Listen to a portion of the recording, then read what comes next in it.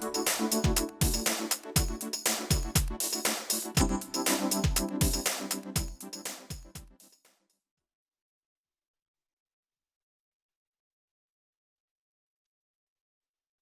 the public hearing of the Board of Mayor and Aldermen. It's July 6, 2021 at 6:30. Call this public hearing to order. The first order of business is Ordinance 2021-04, an ordinance to amend the City of Laverne zoning ordinance by changing the official zoning map for Tax Map 32, Parcel 4, Tax Map 29, Parcels 40 and 41, consisting of approximately 226.35 acres located adjacent to the intersection of Blair Road and Waldron Road, from an R1 low-density residential zoning district to a PDR, Planned Density Residential Zoning District. If anyone would like to come forward and speak, you can come forward. Please state your name and address, and you can address the board. Evening. My name is Eric Tutabene. I live at 707 Brushy Ridge Drive over in Laverne, here in Laverne. Really, I'm just going to be brief.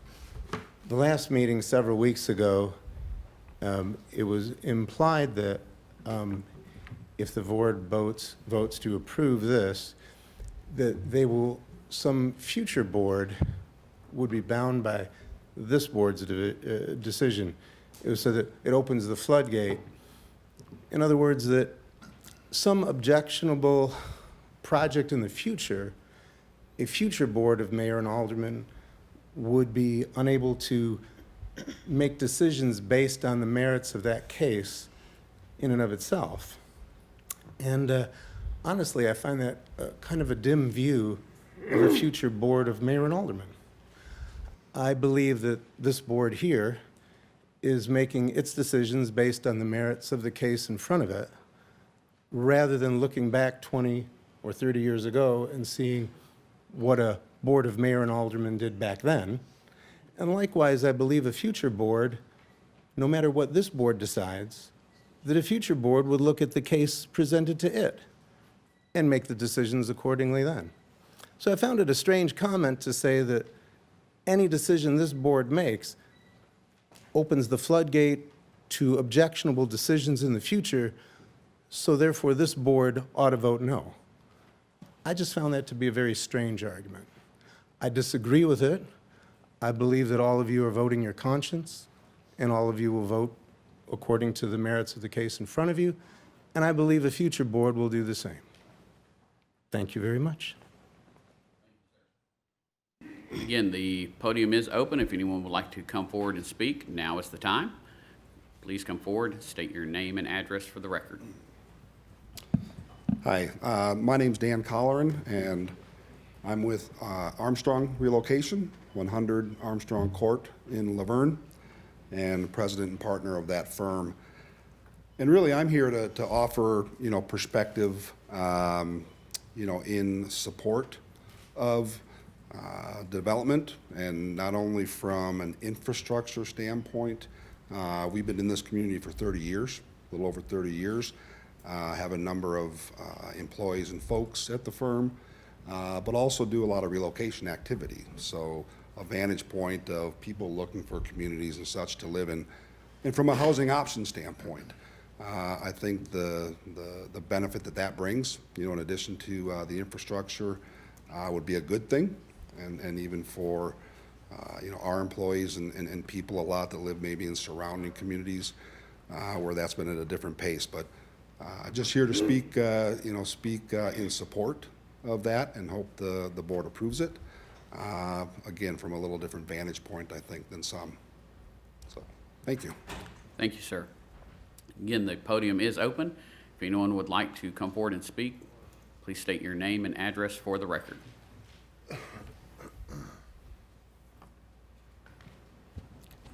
Linda Reed, 115 Kearney Court, Nolensville. 16 years ago, my husband and I purchased a lot located in Laverne city limits and had our forever retirement home built. We cannot see our backyard neighbors in the summer and have a very limited view in the winter. Our purpose for moving was to get out of ever increasingly crowded Antioch. We never thought we would live in Laverne. Let's face it, Laverne does not have the best reputation regarding housing, example, Lake Forest Estates, and the businesses along Murfreesboro Road and Walden Road immediately off the interstate have a lot to desired. But we found this beautiful neighborhood and fell in love with it.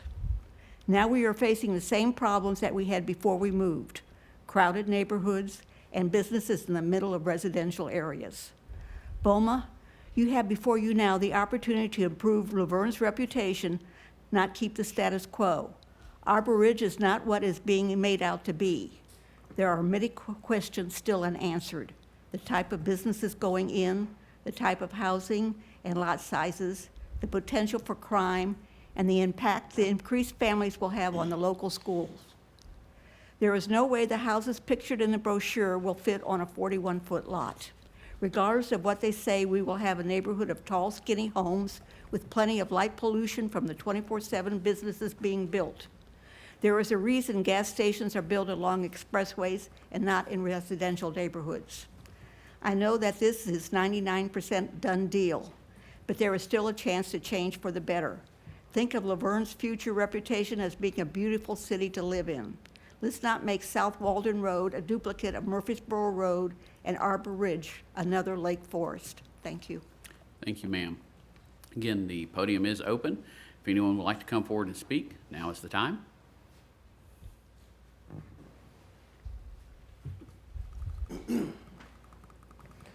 I'm Steve McGill. I live at 177 Blair Road, Laverne, Tennessee.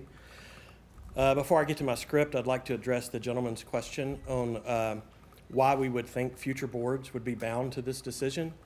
The best example I have is the second item of business tonight, when at the Planning Commission, the only reason it was proceeded was the chairman saying, well, there's already R2 across the street, so how can I withhold R2 from this plot? That's exactly what we're afraid of. And I think that is some sound reasoning when we see it playing out before us. So tonight, we come before you for the last time locally on this issue. We are your neighbors, your citizens, and your friends. We are once again asking that you hear us and represent us. We understand why you have chosen to vote to move this project forward. But throughout all the discussions, the coffees, the Facebook battles, and public comments, I've only heard one reason: retail and sales tax revenue. Outside of this one issue, you all have provided us with zero reasons that this development betters our life or our city. And we have asked repeatedly and ad infinitum, how much revenue are we talking about? How much is enough to justify disrupting our way of life? How much is enough to change the nature of our neighborhoods? How much is enough to bring even more traffic from surrounding areas? How much is enough to blight our night skies with a 24-hour gas station? How much is enough to turn our beautiful countryside into just another strip mall? We would like to hear what your number is. What is the tipping point where gaining tax revenue overwhelms every other negative outcome from this development? We have asked you for transparency through this process, and you've continually challenged us that you've been completely transparent.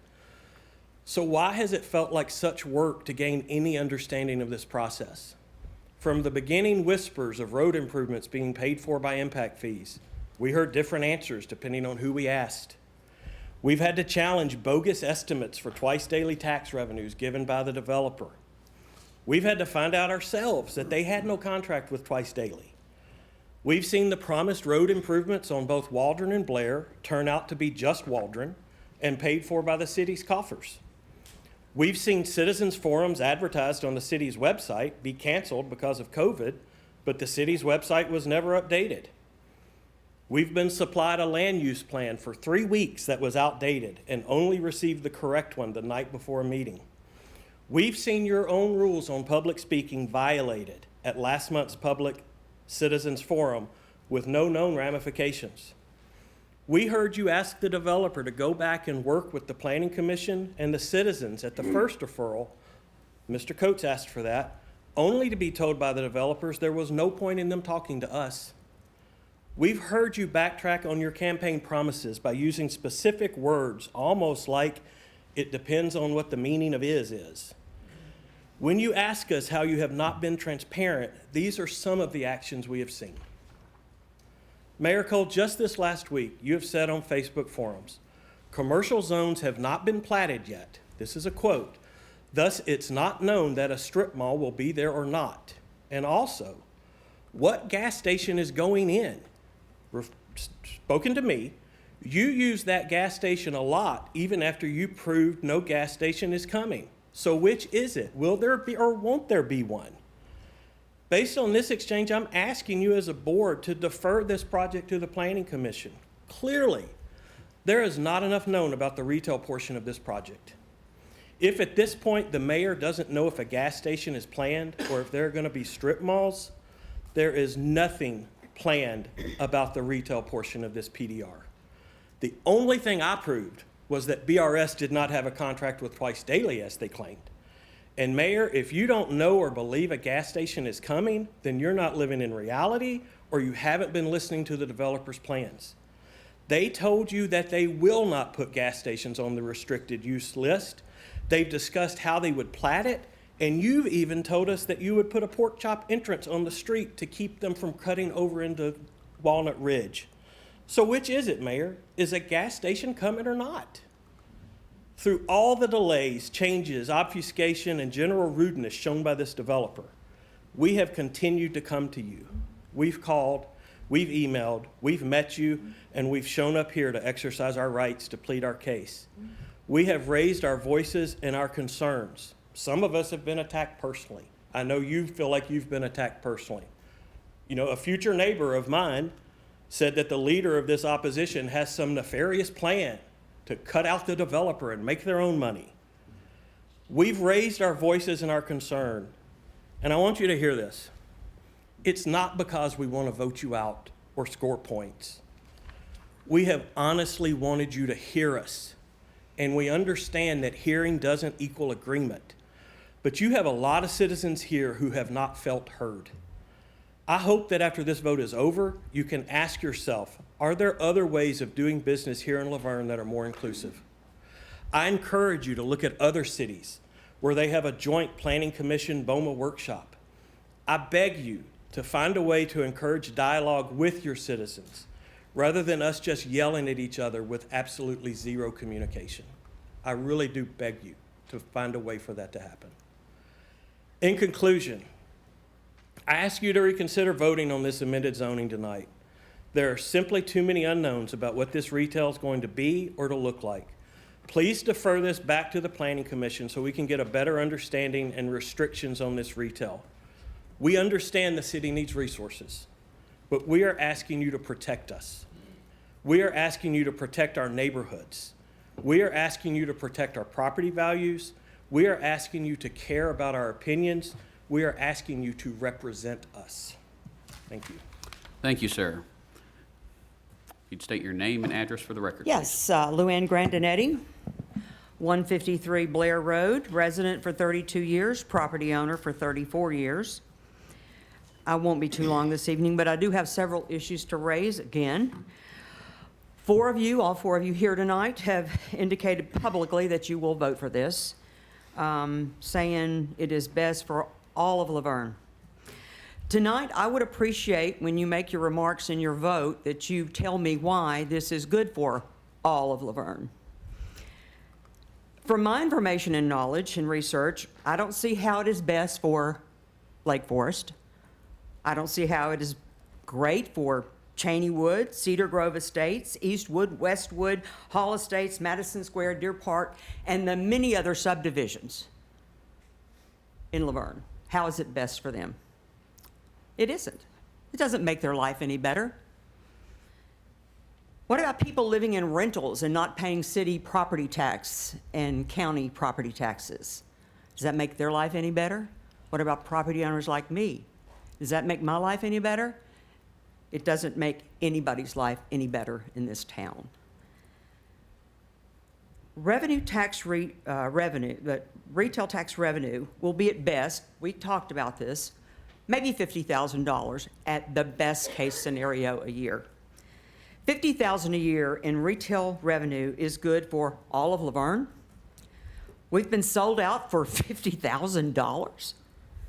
You could probably hire a grant writer, which you might want to consider hiring, by the way, to get more grants for federal and state government than $50,000. This rezoning is bad for Laverne. It sets a bad precedent for other developers to follow, and it destroys one of your best assets in this town, a true residential, retail-free area. What have you done to improve the biggest commercial corridor you have right out here, Murfreesboro Road? Nothing. Do you have sidewalks? Is it pedestrian friendly? Is it walkable? You've done nothing to Murfreesboro Road. It's pathetic. I'm embarrassed to drive down it. I hate to say that, but it is an embarrassment for this city. Your answer is taking a blank slate, Waldron Road, and forcing commercial because you think it will open up an area for tax revenue. Remember, $50,000, wow. Yet you have not provided any verifiable numbers to support it, just anecdotal information and prophecies of if this happens, if that happens, that happens, you know, seepage and all this stuff. That's all we get. We've given you data, yet you yielded to the unproven statements of BRS, Mr. Hahn, whose timing in this is impeccable, by the way. He came from California to incorporate in Tennessee 2 years ago. Well, perhaps documentation is wrong. I would like to see that, but this is my place, Mr. Hahn. And just as a strategy for a PDR became possible, he pops into the picture as an add-on feature of retail across the street where just exactly what city officials dream of. More money from retail, more money. City gets more money to spend. That's what he's promising you. Have you asked the developers to update the expected cost of their units given the double and tripling of lumber prices? I've been looking around at houses. Everything I'm looking up, I can't even buy anymore because you get outbid on it. Do you think this development could perhaps turn into rentals if a company like perhaps, maybe you've not heard of them, but BlackRock swoops in and buys all the development up for the rentals? Because the market is shrinking, and that's what could happen to this area. Our community input has been non-existent, as Steve mentioned. You heaped praise on BRS and city employees at the last BOMA meeting back in early June for working to make the development better. Not once did you mention bringing the citizens to the table. Not once. Why? Because we weren't there. They all got to sit down multiple times with staff and you. We got nothing. We had to work hard to get emails from the city and land use plans from the city. Oh, but they get to sit down whenever they want to with you guys, right? Isn't that what happens? Terry Rasmussen, who I see is not here tonight, I don't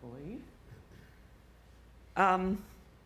He told me and my husband, Dennis Grandinetti, here at the hotel 2 years ago, up on the hill, that the city wanted the retail, the commercial. But he felt it would never be built because of the location. It's too far away from the interstate. That it would stand empty. That's what he told my husband and I. But now, oh my goodness, grocery store, retail, all kinds of good stuff is going to come out 5 miles or 3 miles, whatever it is, from the interstate. I'd like to know what changed on that. And what a show he put on with escorting Mr. Songwriter, who doesn't even live on Blair Road yet, into the meeting in early June, who didn't even personally sign up as required by the mayor, and having Woodland Hills subdivision folks from California speak about their support. And finally, Mr. McFarland, this is gonna hit really hard. Sorry I have to say this. You've been part of this dog and pony show. With your overalls each night, as if you just came in out of the field, People see you around Nolensville, don't have the overalls on. You've been part of this whole thing. It epitomizes, I bring this up, I know it's hateful, but I bring it up because it epitomizes the dog and pony show that has been put on for the last 6 months.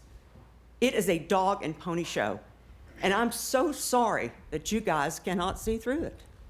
It's very, very sad that you have listened to all of this BS and you can't see through it. You know, they don't even live here. Han lives in Murfreesboro, Rasmussen lives in Franklin. Mr. McFarland has never lived in Rutherford County, I don't believe. He lives in Davidson County. And I bet you anything, on my little 3.5 acres, I probably pay more city and county taxes than he does because he has unimproved property. Wow. After this 2-year journey, I've learned this. Laverne city government needs to change. We do not need a mayor-controlled board of mayor and aldermen and a mayor-controlled government. We need district aldermen who can represent all the areas, not just all of Laverne, but represent me, represent Lake Forest, represent Eastwood and Westwood, have district representation instead of all of Laverne. And have the guts to make bold decisions about preserving our little piece of Tennessee. Let me be perfectly clear right now. I sound like a politician. I have absolutely zero aspirations anymore. But with everything I can muster, I will support anyone to lead our city that has integrity and doesn't mislead constituents, operates with transparency, sharing information about changes that might affect us, and has the goal of preserving and improving our diverse communities in Laverne. Sadly, Misters and Ms. Alderman and Mayor, you all have failed. Thank you, ma'am. Again, we have the podium open. If anyone would like to come forward and speak, now is the time. If you would, please state your name and address for the record. Awesome. Cole Allison, I'm in Woodsong, and that's, you want to know the address, 3204 Potts Crossing. I was one of the first people there who worked with the development, who worked with the past mayors, and heard promises, just like these two people said, not come to fruition. There is no master plan that y'all stick to, and there's just getting information is HELL. I spoke to one councilman last week, and I called another one, which didn't get one response. And I was supposed to get information from them, and I did. That does not make me feel too good about what's going on, especially people who won't return a phone call. And unless it went to spam, and I looked in my spam, okay? And I'm not gonna call out the alderman, but basically says, your housing will go up. It may well go up, but how? How did you come up with that it would not affect our housing? In fact, it will go up. That's all we want is some feedback and some answers. All of the houses didn't really know, and that's pretty bad, but said that the houses per square foot be about $150 to $170. I put that on my house, and I don't think I can get almost $800,000 because I do have a big house. Okay? So nothing is adding up. We talked about another subdivision with only like 140 units that's been approved. It's on hold because they got financial problems or issues and trying to work things out.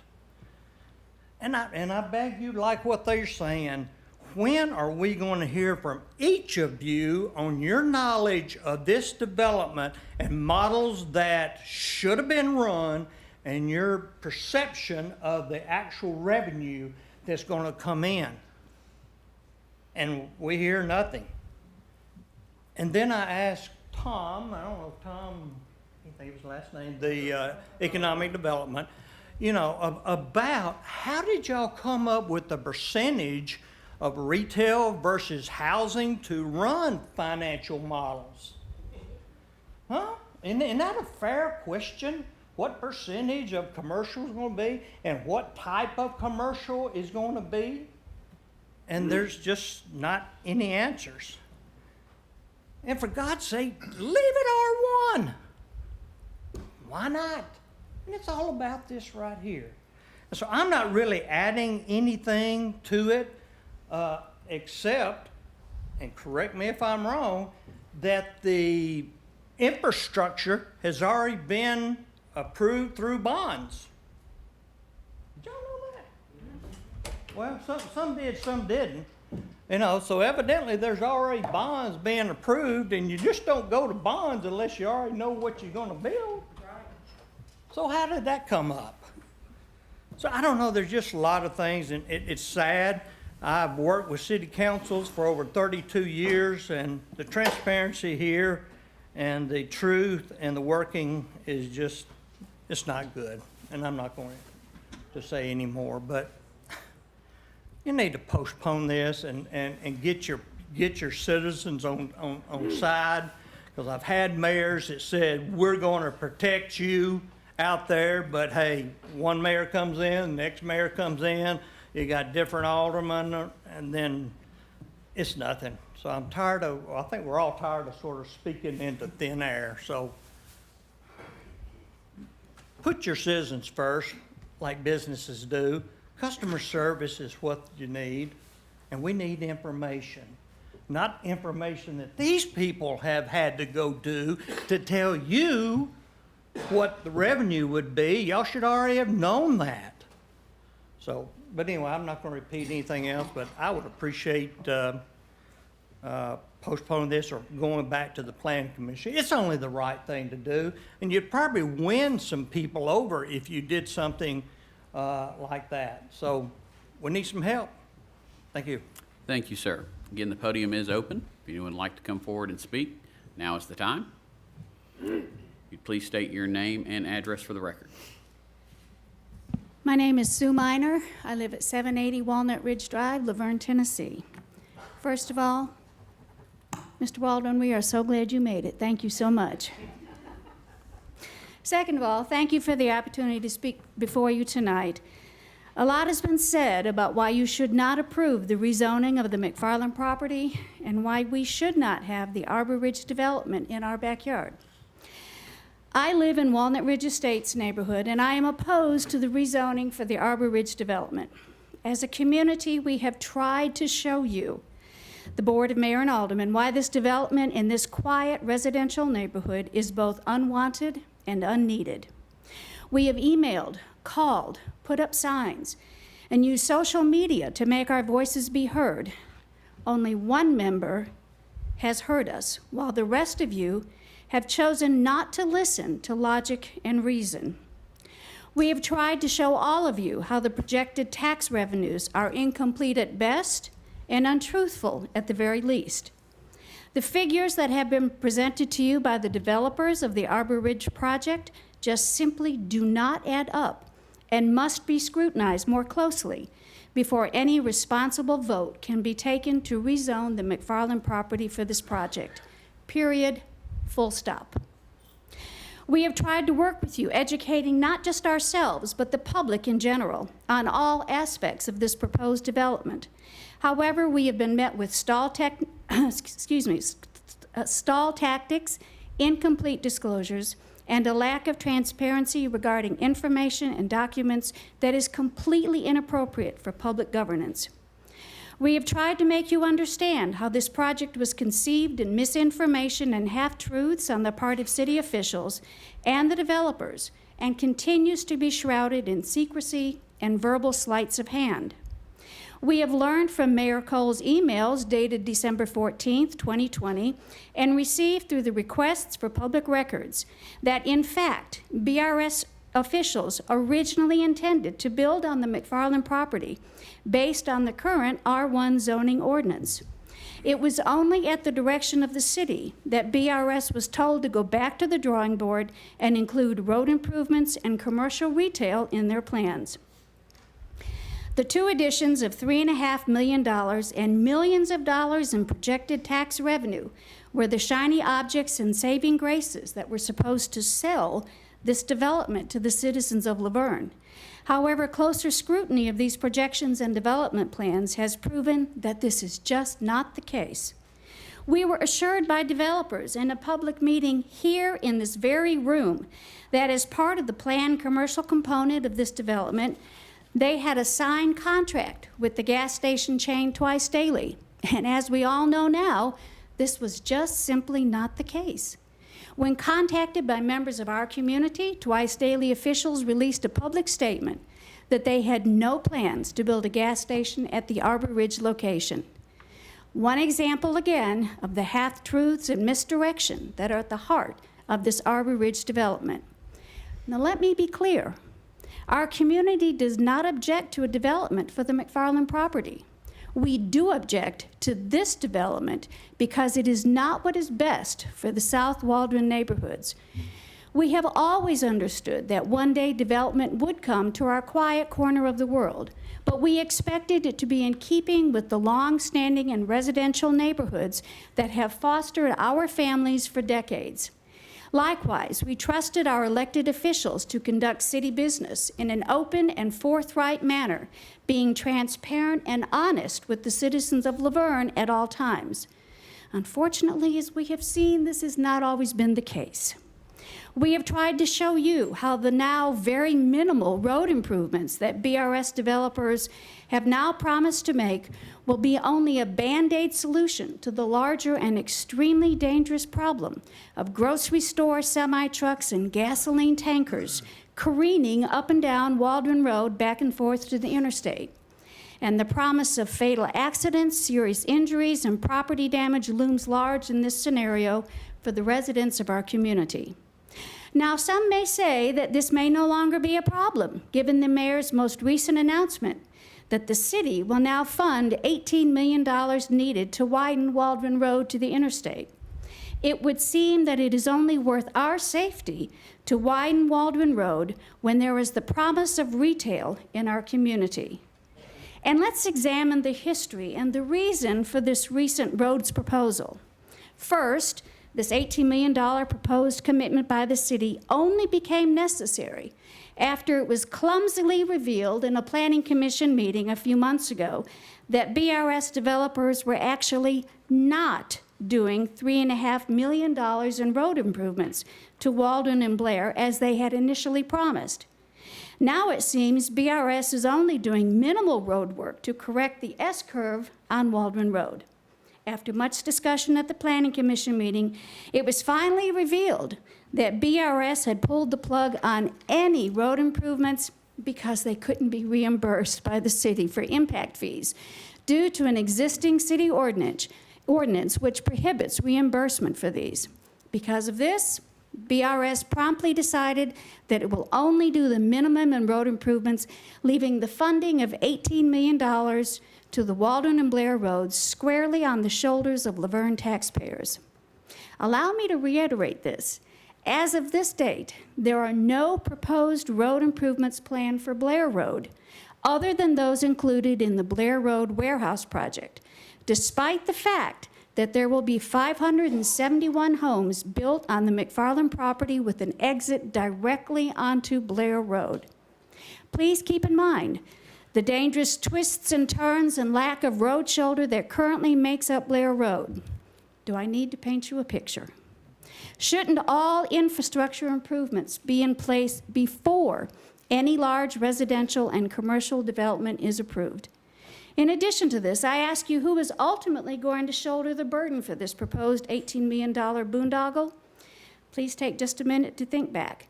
to the initial promises that developers made for millions of dollars in road improvements and mega tax revenues. Talk about your bait and switch tactics. And all of you have been a party to it. This is yet another example of the lack of planning and transparency that is needed for a project like this. There are also many important questions regarding these proposed road improvements that residents deserve answers to now.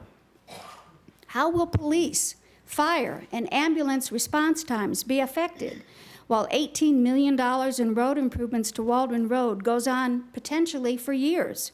How will emergency vehicles be able to access our locations in a timely manner while negotiating road construction, local traffic, and neighborhood life? With the proposed road construction on Waldron Road, how will residents of Walnut Ridge Estates and Blair Road be even able to access our neighborhoods while additional road construction on Blair Road is going on simultaneously near the warehouses?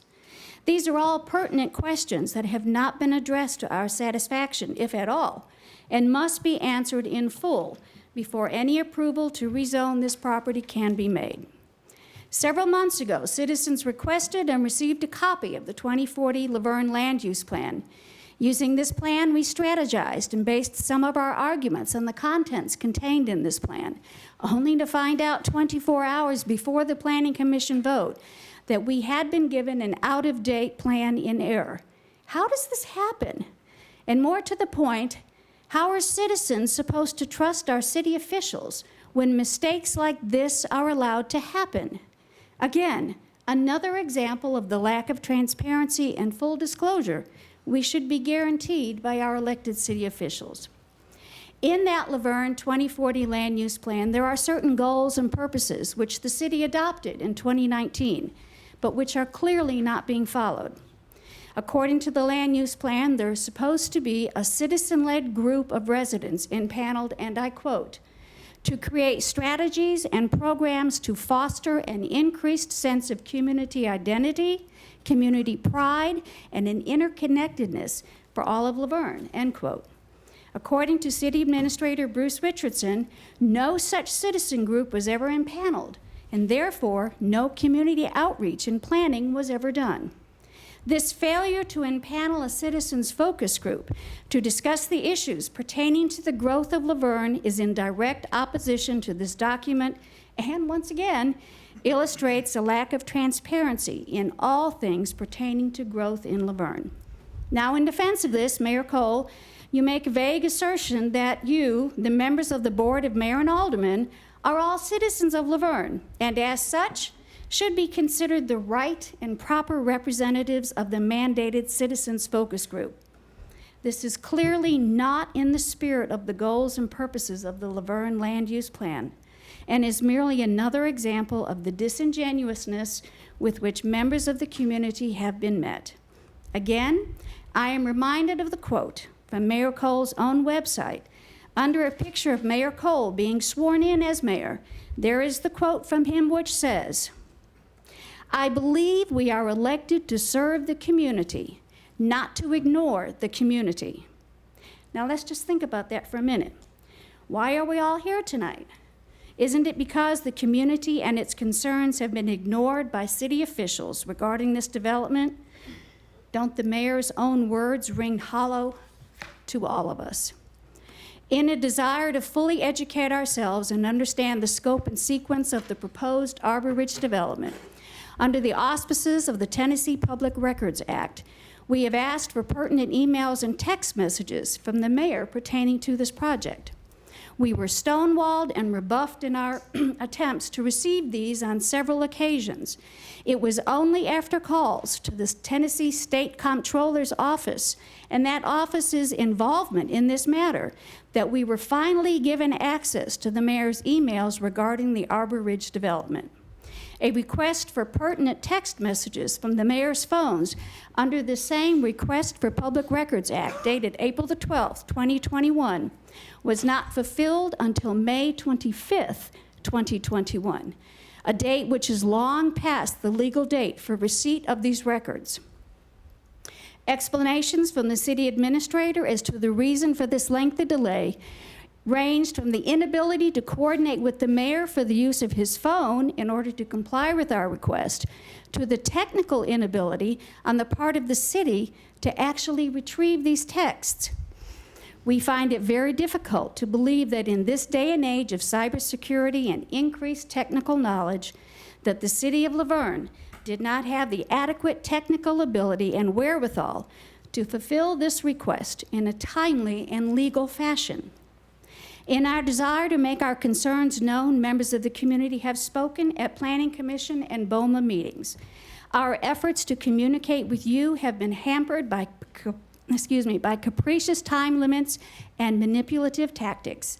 I ask you, members of the Board of Mayor and Aldermen, is this truly the shining example of open governance that you wish to be a part of? Or should you go back to the drawing board and follow the adopted guidelines that have already been approved by impaneling a citizens focus group to discuss the future of growth in the South Waldron community?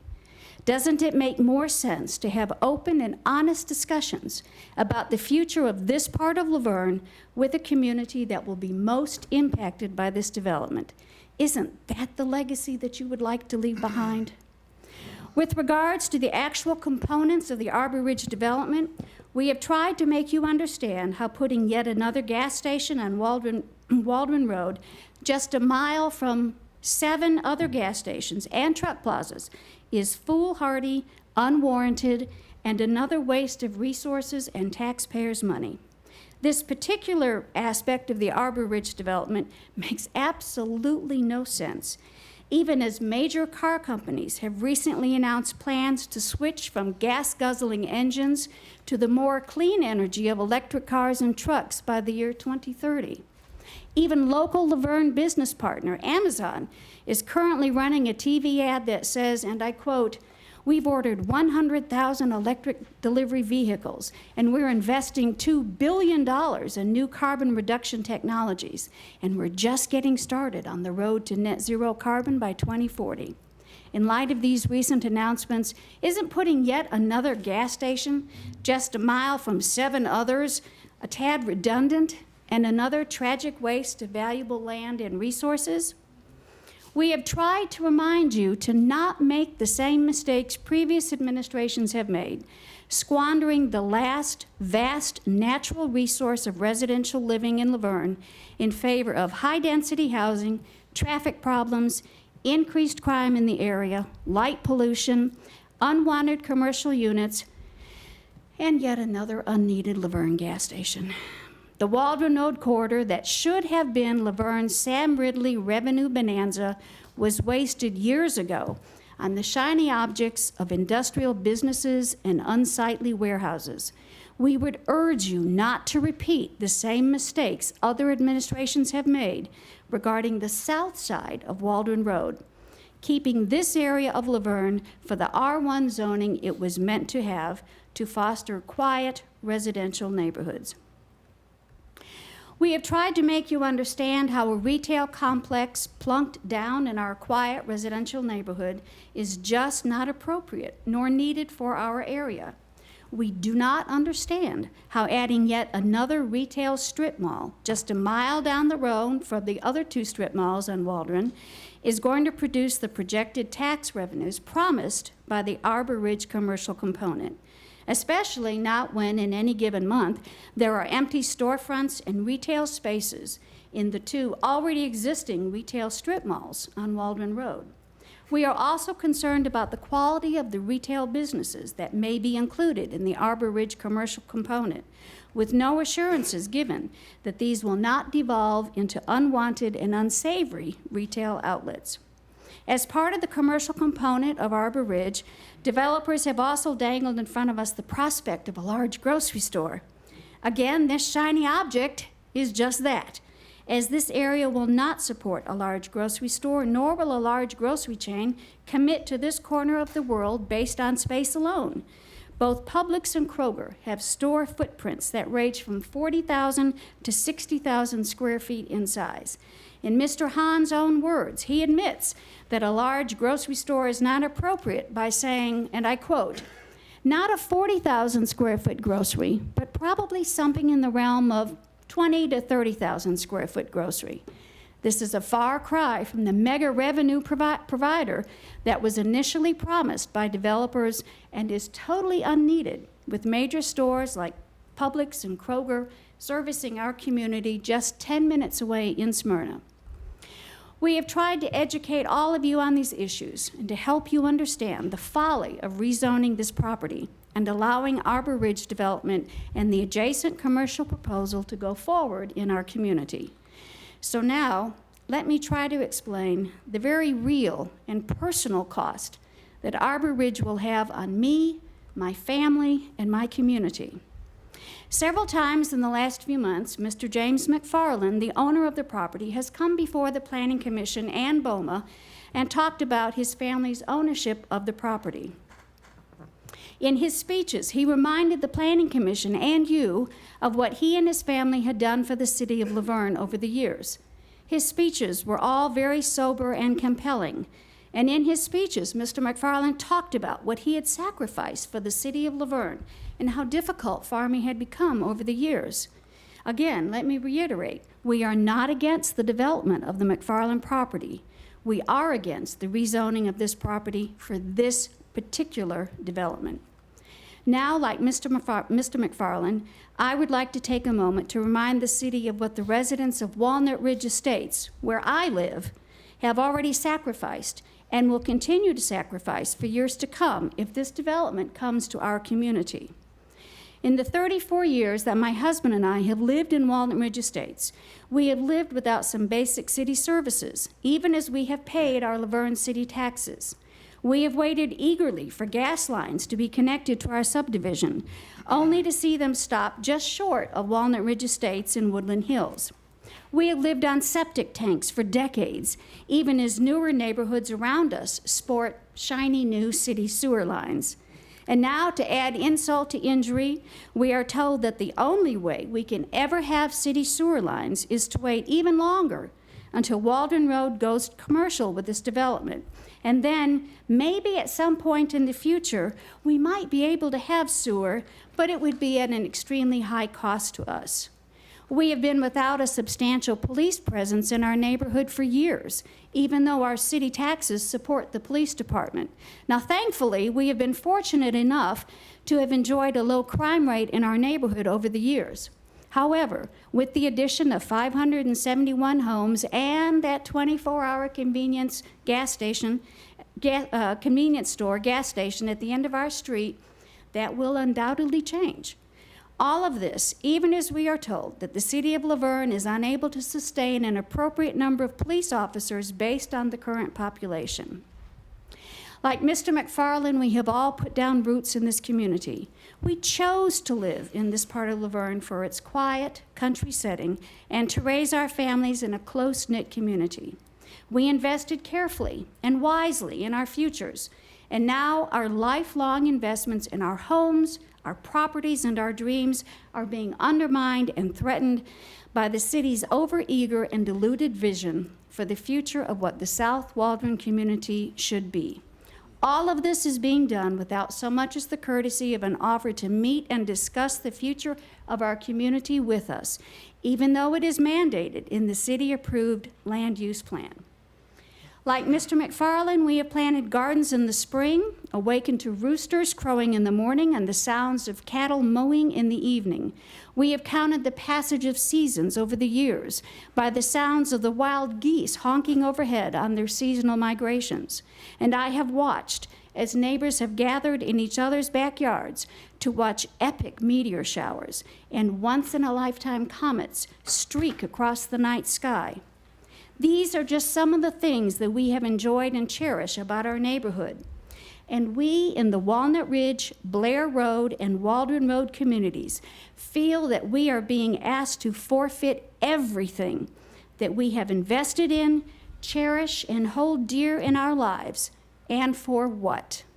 A high-density development with unwanted and unneeded retail and that ever unpopular gas station at the end of the street.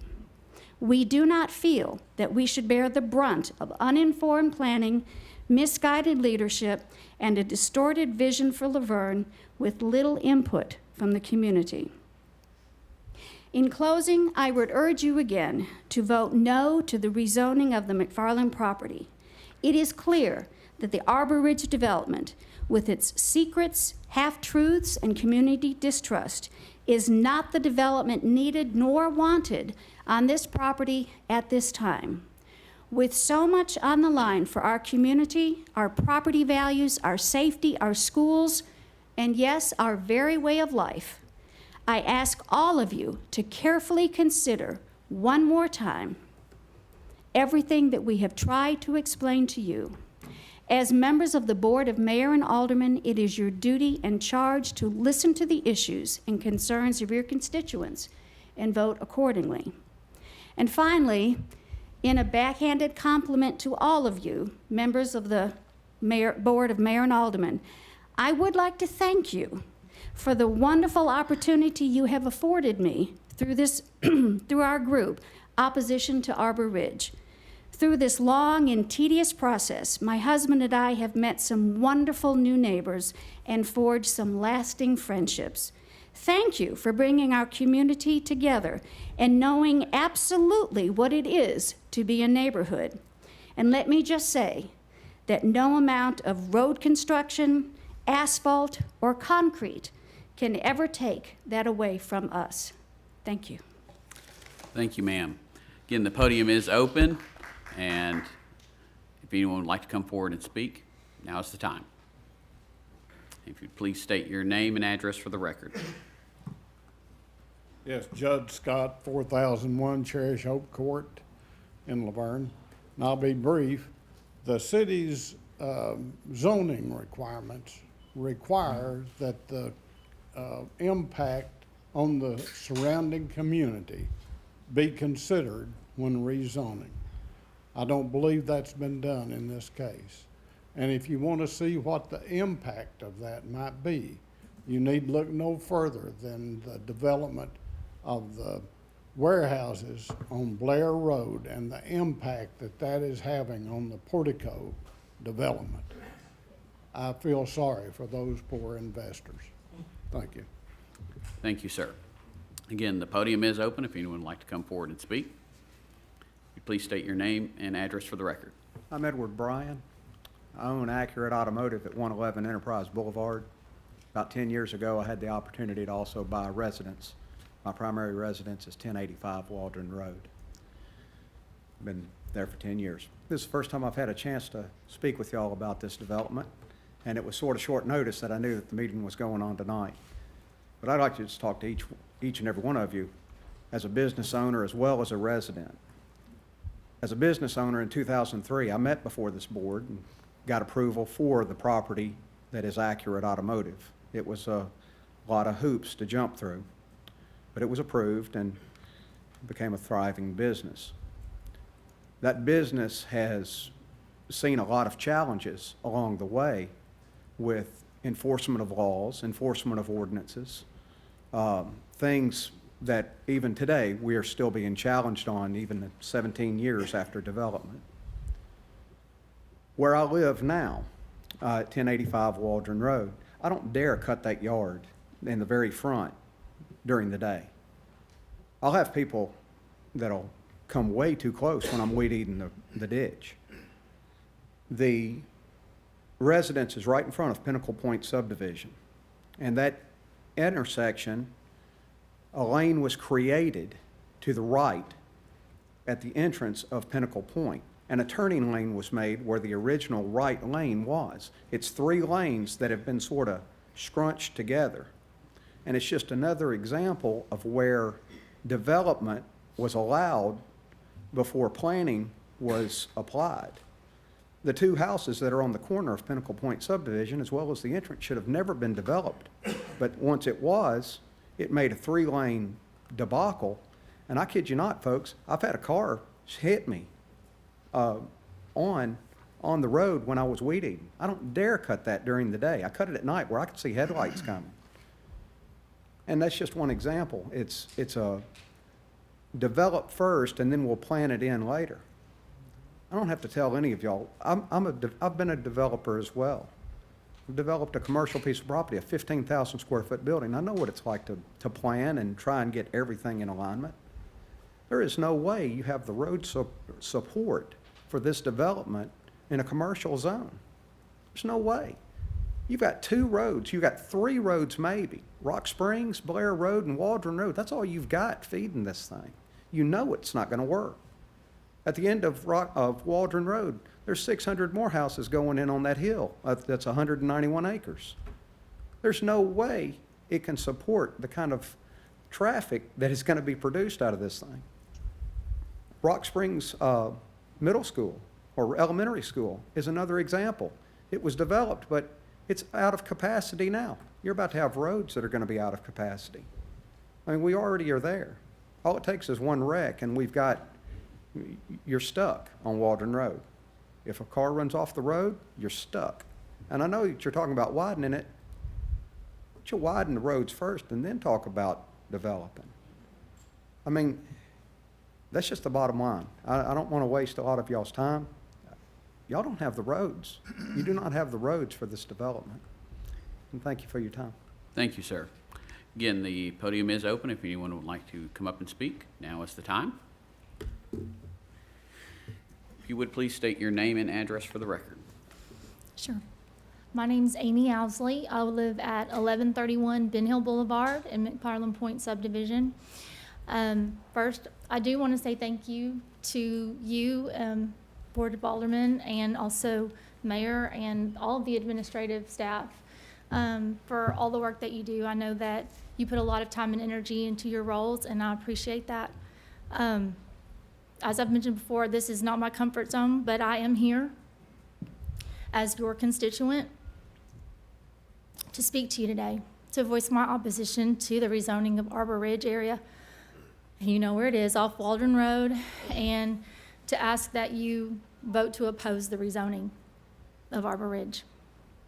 Not long after moving to our neighborhood about 6 years ago in McFarland Point, I became aware of efforts to rezone that property. And those who have served on previous boards have received emails from me in regards to that. And now, with the recent proposal, I'm here again, emailing and asking for your vote to oppose today. I've worked to educate myself on this. I've read a lot of reports about the issue, and nothing has convinced me that the rezoning of this land would not be a risk of safety for my community and an overall negative for the city, for the area residents, and quite honestly, for those who would potentially be residing in these properties. Having moved to Laverne after living in Green Hills, and then in South Nashville, near Nolensville Pike and OHB, I used to lovingly call it Brentioch. I have seen firsthand the negative impact of well-intentioned rezoning and on existing neighborhoods and on the future of those neighborhoods. That's why we specifically chose to move to this area in Laverne to raise our family. And the preservation of this community and its long-term safety and value is very important to me. I have serious concerns with the negative impact of the proposed Arborridge development, bringing in what essentially looks like 0 lot line duplex villas set tightly next to single-family lots, all with minimum lot sizes drastically lower than other South Waldron Road area neighboring communities, and even those such as Lake Forest and others. This is not what I want to see as the future of our area. Certainly not with a big concrete storefront or a convenience store butted up against it, and the increased crime and traffic that comes with that. And I'll add that in my neighborhood, the property that is directly in front of our subdivision was bought by our homeowners association specifically to protect its use. I recognize the board is consistently looking at ways to help Laverne remain strong and relevant and to grow, to be even better for our next generation. And I understand that retail is part of this vision, but retail should be in areas where commercial can thrive and not in our residential areas and neighborhoods where the safety of our community should be the priority. with so much being proposed to fit in this one property's allotment, the increase to traffic volume, the plans related to the infrastructure, the congested roads and access points in and around this area, the broad allowance for retail and what that may bring, all of this is a legitimate safety issue to me. Even without a development being rezoned, it would impact the road volume. And this is something that has to be explored and addressed fully. I agree that developers should invest in the improvement and even the expansion of the roads leading in and out of their development, as it's in their best interest as well. It only increases the appeal for buyers if they can get home after work without taking half an hour to get from 24 to their door. However, rezoning this property allows there to be an even greater impact on the Waldron and Blair roadways, and the significant increase to the traffic and the population density that rezoning will bring should not be taken lightly, especially being situated so closely to an elementary school with its own unique needs. As I mentioned at the board's workshop last week, I've been monitoring the discussion on Arborridge throughout this process. And what particularly struck me was that when the Planning Commission presented you with an unfavorable recommendation for rezoning, that instead of it giving you pause, it seems to have been disregarded. I urge you not to disregard the concerns of the Planning Commission and those here in opposition today. For all of these reasons, I echo the many citizens of Laverne who have contacted you and called you and emailed you and signed petitions, spoken this evening, and for those who were not able to get out of their comfort zones and stand up here and speak today, I ask you to vote against rezoning Arborridge. I drive by this property daily to take my children to and from school when it's in session, and as I go to and from work. I recognize that the land is primed for development.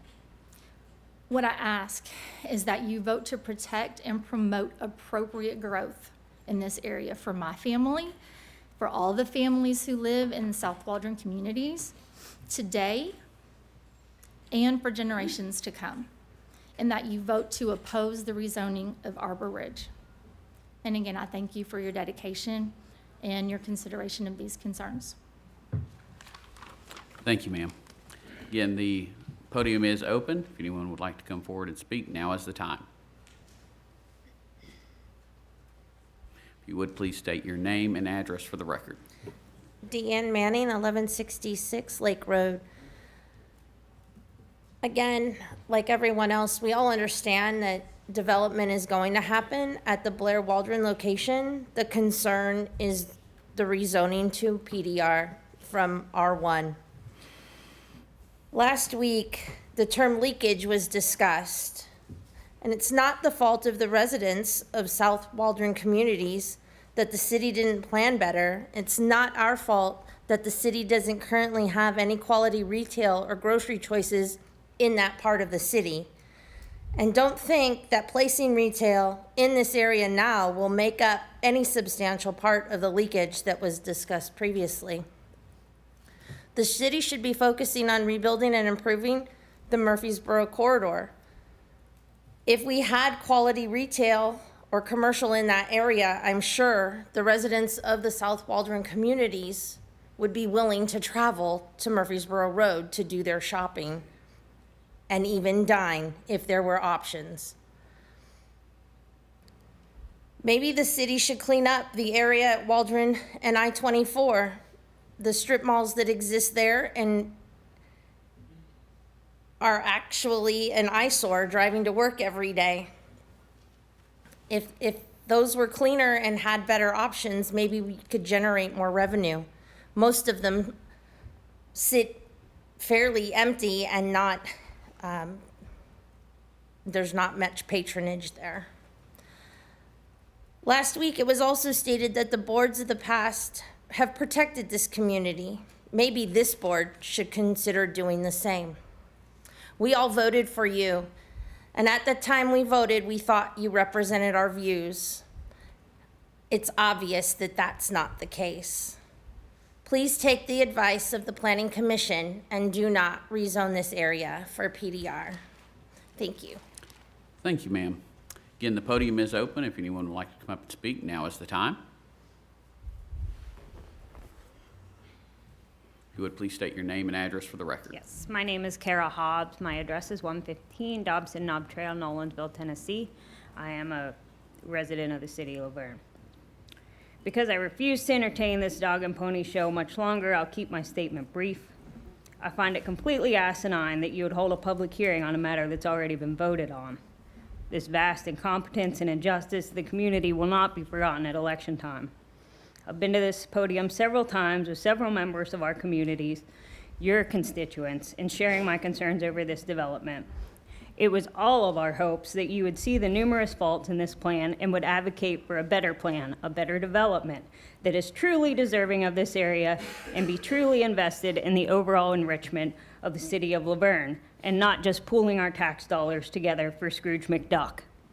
Again, I won't waste much of anyone's time here, but I'm urging you to listen to your community, your constituents, and vote no for Arborridge. Thank you, ma'am. Again, the podium is open. If anyone would like to speak, now is the time.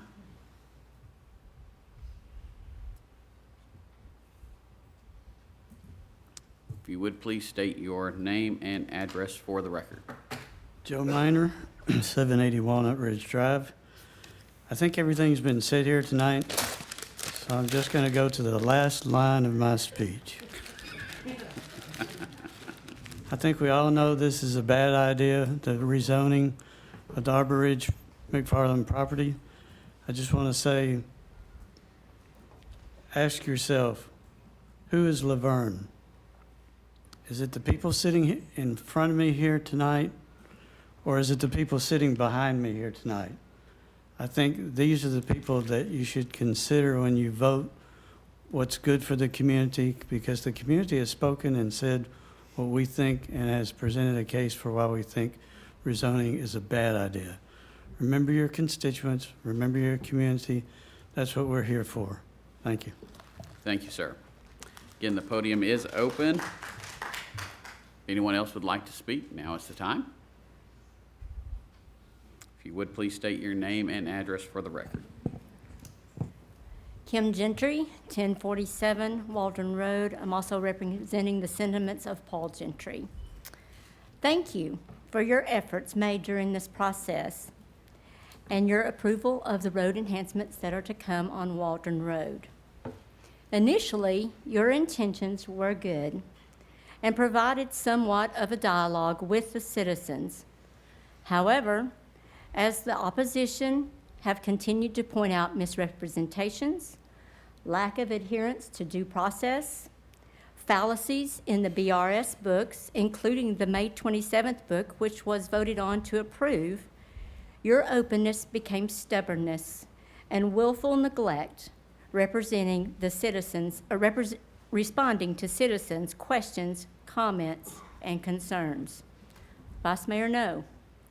Your story of having your private life stripped is exactly our sentiments. However, you chose to live a quarter of a mile from a commercial corridor.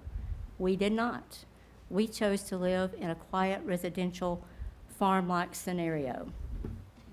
Vice Mayor, no, again, at the 527 workshop, you clearly stated that you were no longer responding to emails because it was from the same people, even though we posed new concerns more often than repeating old ones. It is from the citizen forums that both the Planning Commission and UBOMA should be thanking the opposition group for helping the city find many open items that would have been detrimental to the city and only benefited BRS. Alderman Honeycutt, at the 527 workshop, you commented this has been a long and tedious task, and it was time for us to move forward, echoing the sentiments of Mr. No. I find it hard for you to relate to long and tedious on this matter. You have heard about the long and tedious only from your leader, but from April to June does not compare with the hours of our Planning Commission and our aldermen, as well as the 4+ years neighborhood citizens have read every traffic study, every development book, or pored over dialogue from aldermen, planning commissioners, and the mayor. As of fall or late 2020, early 2021, 3 of you sitting in front of me were against this development, noting reasons of lack of infrastructure. It's not what the area needs because of the commercial aspect, which was in the BRS November 2019 presentation, and because of the density. For months, Mayor Cole, you repeatedly kept me informed and updated as to when and where BRS would make their next move, so that citizens could oppose and show up at meetings. You clearly stated, "They don't have my support nor the city's support," end quote. I realize changes have come to the initial plan, but sir, rezoning is rezoning. You, Mayor Cole, very plainly were against rezoning in your dialogue with me and my husband until December 17th, 2020. Mr. Coates and Mr. No, you too were in this position. I openly campaigned for both of you in the November election simply because of your commitment to no rezoning. I put out balloons, I put up signs, I called and texted people about you. Mr. Waldron, I owe you an apology. I owe you an apology for not recalling your stance back in 2017 and your opposition to the D.R. Horton project on this same McFarland farm, and not giving you my full support in November of 2020. I so regret that. In the future, I would recommend to all of you, as politicians, be careful in making campaign promises that you might even remotely believe you might change your mind on. Mr. No, just a few weeks ago, I sent you pictures of all of our dialogue via Facebook Messenger, which clearly stated Paul and I's concern on all commercial. Those dialogues never included the conversation of townhomes, and that's why we actively campaigned and contributed to your election campaign. You may have successfully removed townhomes. That was a good thing. But the promise implied to our family was that you were against rezoning and that you would have our back. A few last technical points I'd like to reiterate is in regard to the density of this development. Mr. Cole, density has been one of your major hangups with this project. And as you stated at the Planning Commission, January 26th, the city had seen the negatives of previous large developments and that the city could not recreate another Lake Forest.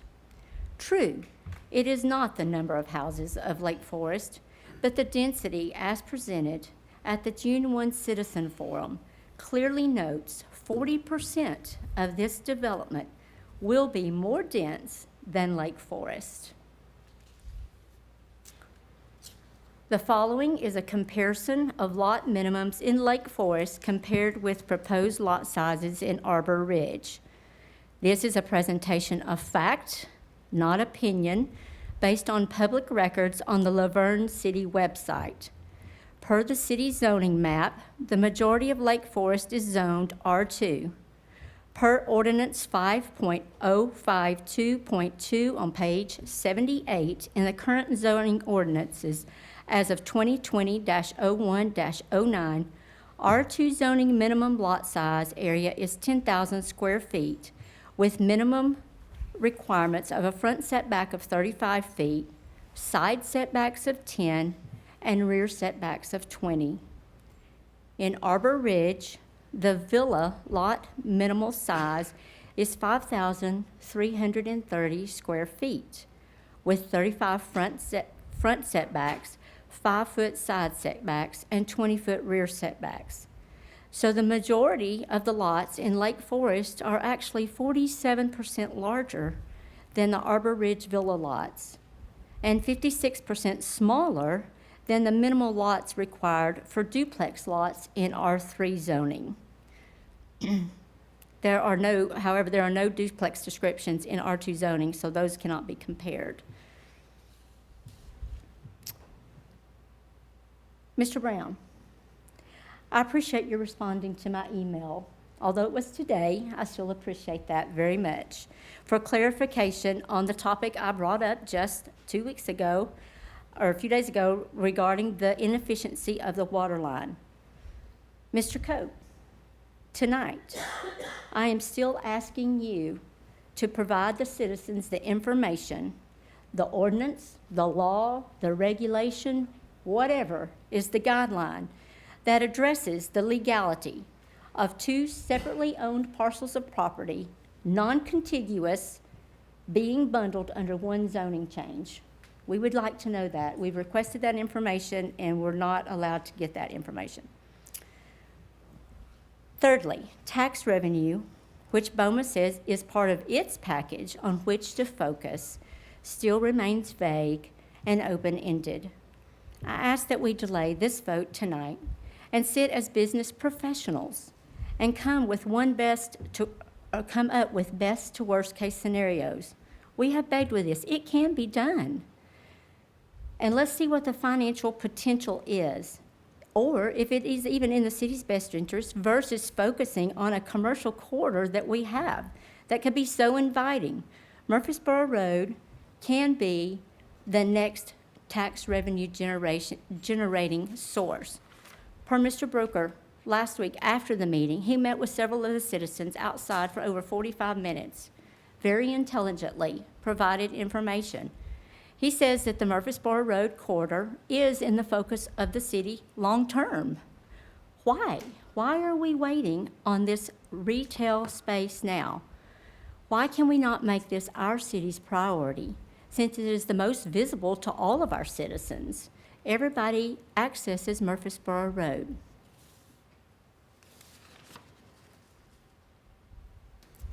As has been noted many times, procedural issues from the very beginning, dating all the way back to the 2040 land use plan, remain at the forefront of our mission, and the list continues to grow, particularly over the last few weeks. We realize, as citizens, that you have difficult decisions. My family has been in politics over the years. I know where you sit. I know what you have to do. But the argument made by Vice Mayor No that decisions are made for the entire city, not one citizen group or simply part of the city, is not valid. If this truly were the case, then you as a leadership could not do any single road section improvement, replace any one water line in a particular area of Laverne, or update a specific location pump station, as these betterments do not benefit every citizen. Every decision you make does not impact every citizen, nor does it have equal harm done to every citizen. We are under advisement, as you are aware, as to all of our options if an approval vote is given tonight. Mr. McFarland, I know you want to sell. BRS, I know you want to get started. With that, as I noted to the Planning Commission on May 27th, this grassroots opposition group will evaluate any and all options that we legally have if an approval vote is given tonight. I would like to offer to Mr. McFarland and to Mr. Pierce, since Mr. Rasmussen's not here, that you fall back to your original plan that you made Mr. Rasmussen made on January 26th. If we don't get this through, meaning the rezoning, we will come back and do 500 lots, straight zone, because we are able to. This should be, choose that comment and prevent possibly tying yourself up and this project up for months and possibly up to 2 years. I encourage everyone to think of that. And I appreciate your time. It has been a learning lesson for all of us. But I want you to continue now to open back up your ears like you initially had And let's sit down again. I know nobody wants to go back. I know you don't. I really don't either. But if that's what means saving our area for something proper growth, then I'm willing to give that time to the city as a citizen. Thank you. Thank you, ma'am. Again, the podium is open. If anyone would like to come forward and speak, now is the time. If you would, please state your name and address for the record, sir. My name is Doug Merritt. My address is 4011 Finnegan Court. I have emailed each of you at different times, multiple times. You know where I stand on this issue. I'm opposed to rezoning the area. I'm in favor of Mr. McFarland being able to sell his property to whoever he chooses, and for those developers to be able to develop the land under the current zoning.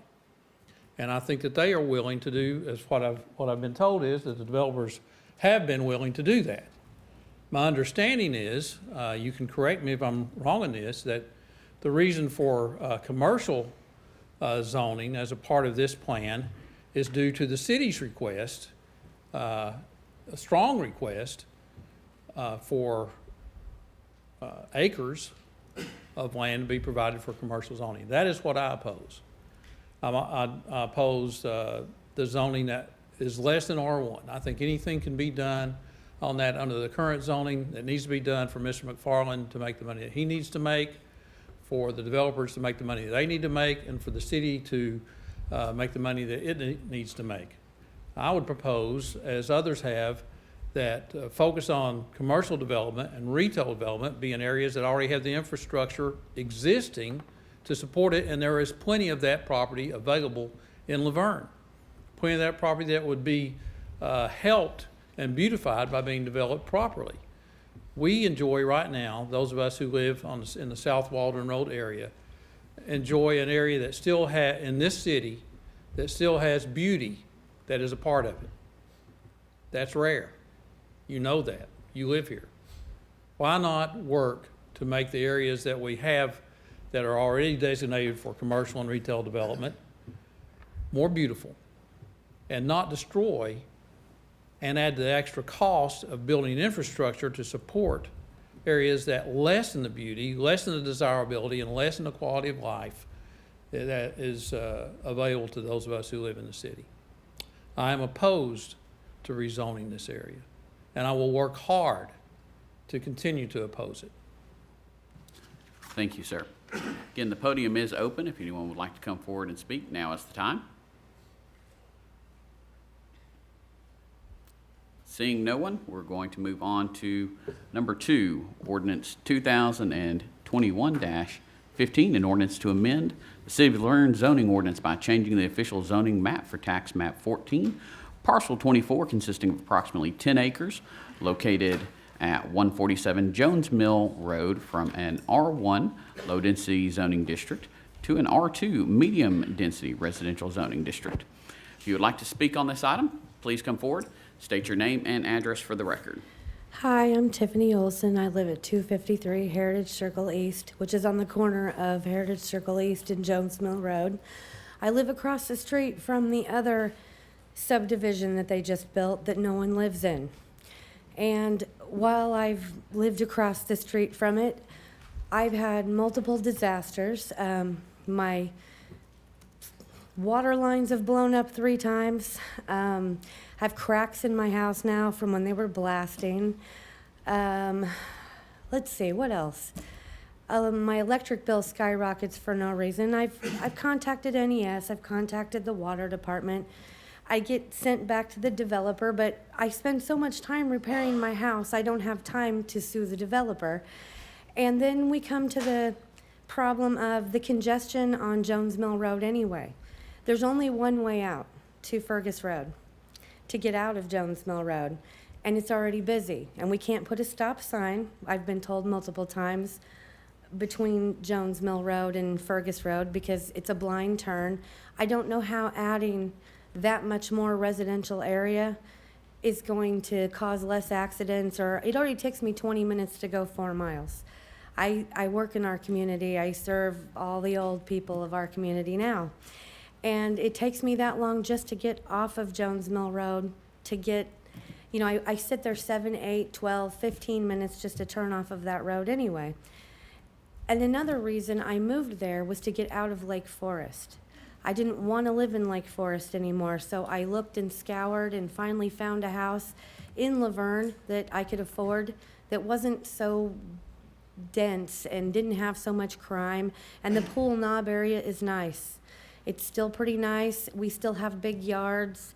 There's not a whole, you know, it's not so bad. The lake's down the road, and I just don't see how adding that many more houses on 10 acres is going to make that any better. It's already bad. And like I said, we just got a brand new subdivision that nobody lives in. And while they were doing it, I'm not the only neighbor. This is the first I'm hearing about this. I saw the sign come up not too long ago. I feel as more people in my neighborhood find out about this, they'll be here too, because they've also had sinks and bathtubs and toilets explode too, because as they added water lines, somehow ours got pressurized and all of our things started exploding. So it's going to be real interesting. I think I might have more people on my side to go after that developer particularly, because I still can't figure out who it is. So, you know, because I've just been working with the city. So anyway, I oppose this. I think you should leave Jones Mill Road alone. We have the airport road, access road down there, the lakes down there. There's only a few houses left down there that are just, you know, nice houses. Everything else is pretty developed anyway. There's another subdivision, my subdivision, that's kind of a cul-de-sac, and that's it. I don't know how you're gonna just stuff it full again too. If they blast it, you know, it's all rock and clay. I can't even put a garden in without a jackhammer. So that means they're gonna be blasting again, and I'm gonna have what, more cracked foundation and ceilings. It's destroying our houses, and nobody will pay for that. There's nobody to come in and pay for any of the damages that happens to the rest of us that already live there. And our houses are only 25 years old, and they have a lot more damage than a 25-year-old house should have from the other. I wasn't real prepared. I just found out this was happening. So I think that's it for now, but as this progresses, you'll see more of me probably. But thank you very much for your time. Thank you, ma'am. Again, the podium is open if anyone would like to come forward and speak on this. Now is the time. If you'd please state your name and address for the record. Steve McGill, 177 Blair Road, Laverne, Tennessee.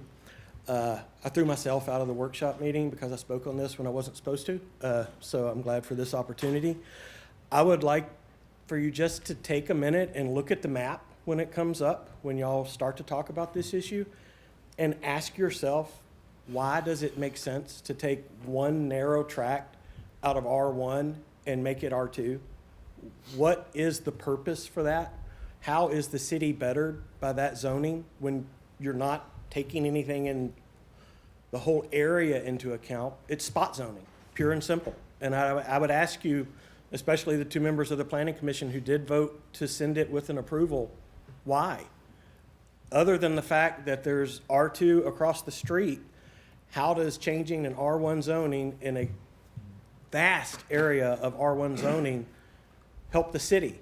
It appears to me it does nothing but help the developer. So thank you.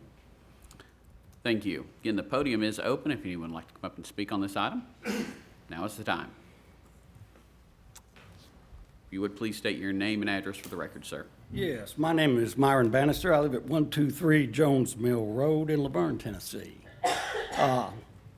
As they've been talking about here, the land that was developed first is right next to my house. Blasting went on, trees fell all over the place. We called, we were told we had to get a hold of the developer, which we did, and he took care of it.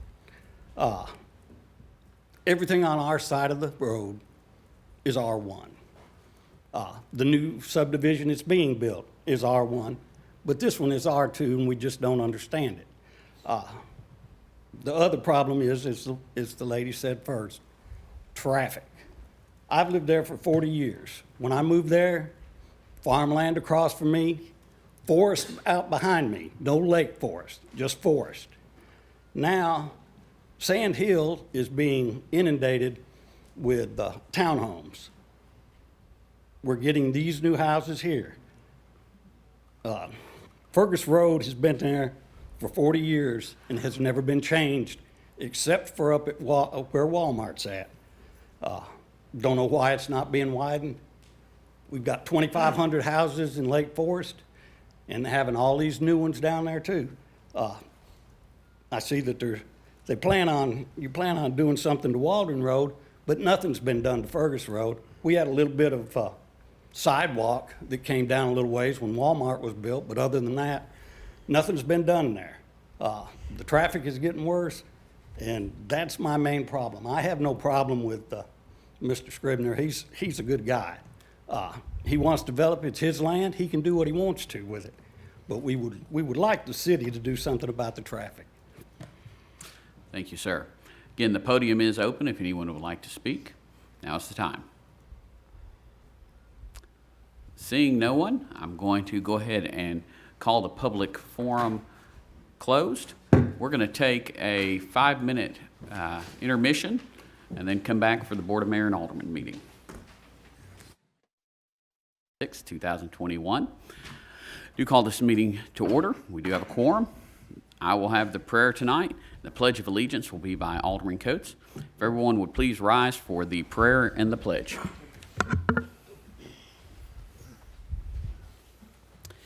Dear Heavenly Father, we just ask that you would watch over and bless our city. Coming off of a holiday where we celebrate our independence, help us to remember our dependence upon you and that you direct our ways, that we don't. We ask you, Lord, to touch every life in this city, bless it, and may it be fruitful for you. In Jesus' name I pray. Amen. Amen.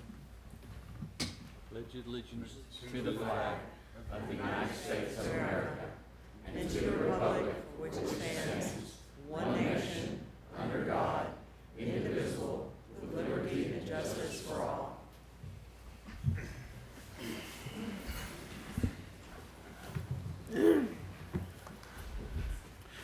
First, we have approved minutes from the June 1st, 2021 public hearing and the June 1st, 2021 regular meeting. Need a motion to approve. Motion to approve the minutes as submitted. I have a motion to approve. Is there a second? A second. Second. All in favor? Aye. Opposed? Moving on to department reports. Chief Beasley with the Fire Department.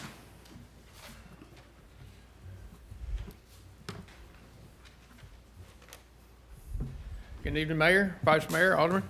I trust that each one of y'all have a copy of the reports for this month. We're continuing our same progress as we normally do. We're just a little bit down on the runs, but that comes and goes. I believe that we're still on track to where we would be this time last year.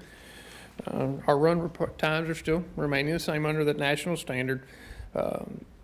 Everything is the same as normal. We did add a chart just for this month, and we can continue to track this. It just shows our training hours, where we're at, trying to, again, add validity to what we do, along with the number of runs, the number of pre-fire plans, the inspections that we're completing, as well as the training hours. So you can see where we're at there, midway through the year, not even quite to the midway point. We're well above average across the board. Doing really good work there. Does anybody have any questions? Any questions? Thank you, Chief. No, thank you. Moving on to the Police Department. Chief Davis.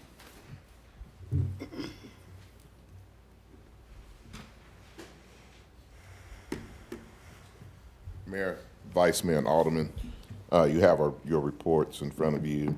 A couple of highlights that I want to speak on. First of our death from motor vehicles. We had 12 for the month of June, and all 12 of those vehicles were left unlocked. As a result, we did have one firearm that was taken from the vehicles there. I put my same reminders out to everybody to make sure they're locking the doors. Check at the same time every night to make sure that their doors are locked. But another stat that I do want to bring up this year with the help of crime suppression and other enforcements, on social media, I addressed some of the citizens about speeding on Fergus and other areas like that. And as a result, there was 649 traffic stops that picked up in the month of June that resulted in 13 DUI arrests and 22 had drug violations on them. Any questions? No questions. I do have a comment, though. I received a letter from EMA on police, fire, as well as our Box 100 unit, just thanking the city and those departments for their work with the recent plane crash that occurred last month. So good job to both departments and to Box 100. Yeah. Moving on to Parks and Recreation Department, David McGowan. Mayor, Vice Mayor, Board, thank you. You have the parks numbers for the month. For 63 help desk tickets, 497 man hours. Visitors at the Senior Center, 548. You see our past events, we had movies in the park, our Independence Day celebration 2 days ago. Upcoming events, Farmers Market is still ongoing every Saturday. We have probably 23 average vendors. August 13th, the movie was picked today, Be Doolittle. It's the newest release from Dr. Doolittle. Upcoming meetings, July 15th, Senior Center Advisory Meeting, the 19th, Park and Rec Advisory Meeting, and then also on the 19th, Greenway Advisory Meeting. And you see some of our projects there that the maintenance team finished at the end of the month. Any questions? David, y'all did an absolutely amazing job with Independence Day. Well, we appreciate it, and we thank you guys for pushing that out. It wasn't us. We couldn't do it with the citizens. Actually, we were caught a little bit off guard, with the sheer volume of people that came out. That was our 10th, this was the 10th year. It's the 9th one I've been involved with, and it's by far the most people we've had out whatsoever. Just ballpark, what was your estimate for I would attendance? say on the football field alone, I dare say 2,000 people. We couldn't empty the trash. Once our side-by-sides got on there, we couldn't move them. Once people started coming in, we gave out 1,000 raffle tickets, so, and I'm sure a lot of those people didn't get one. That wasn't counting the people that were outside. Thanks to PD, without those guys in the fire, we couldn't have pulled it off. Any questions, comments? One quick question. Since it's been asked me about the dog park, what's the timing for the completion of that? By the grant, we have to have it done by next September. The construction entrance, or the entrance was getting put in today. We're waiting on a soil certificate from the state so we can actually start breaking ground. So hopefully by early summer next year, realistically. We'd like to have it sodded by the fall, if that's possible. Then we've still got to put the fence up, structures inside. So yeah, we're probably looking early summer next year, hopefully. Okay. Thank you. Any other questions or comments for David? I viewed the fireworks from the Park and Rec parking lot, and they done a good show as usual. And I knew it was a big crowd because all the parking lot and people was parked at usual places, but I pretty well figured it would be on pre-COVID. Everybody ready to get out, and it was a beautiful night, wonderful night. I think that helped us out. I think being on a Sunday, good weather, you know, this is probably the first time in 4 years that we haven't been fighting a storm somewhere. When your regular vendors show up and they're out of food by 7 o'clock, they were kind of judging it off the same crowds we've had in the past. So we go into every event thinking we're prepared, and we were prepared. We were just caught a little bit off guard with this. So next year, certain things we're going to work on. Up to this point, we've never had an issue with our bathroom facilities being inadequate. Such a volume of people. We're going to look in bringing some portable toilets, more trash cans. So there's things we can work on, definitely. Three things that it was to our favor. Smyrna had theirs the night before. The weather was good, and it was pre-COVID. Everybody was ready to get out. Yes, sir. Well, the Pyro Shows does ours. They do our neighbors, Smyrna, they do Nashville's. I think we pay for 12 to 14 minutes. We usually get 21 out of it, so they treat us pretty good. We like working with them.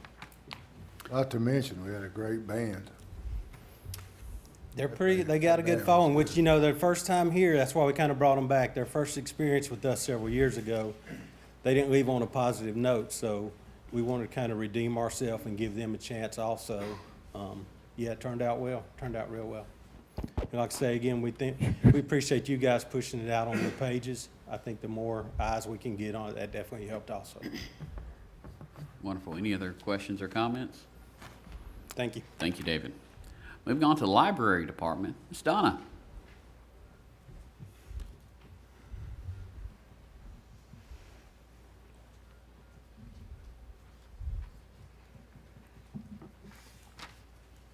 Mayor, Vice Mayor Aldermen, good evening. Our June statistics, if you will see at the very top, we now have an installation of a new people counter. Thank you to Glenn and all the hard work. It is an awesome people counter. It is a camera that shows down and it actually counts bodies as it comes in. It is on right before you go down the hallway. You come in, and so it's counting people who go down the hallway, people who go into the staff room, and those who go into the main library. All of those people who have been going down to the hallway before, we've missed. So we're looking forward to getting a really good accurate count of how many people we have coming into the library.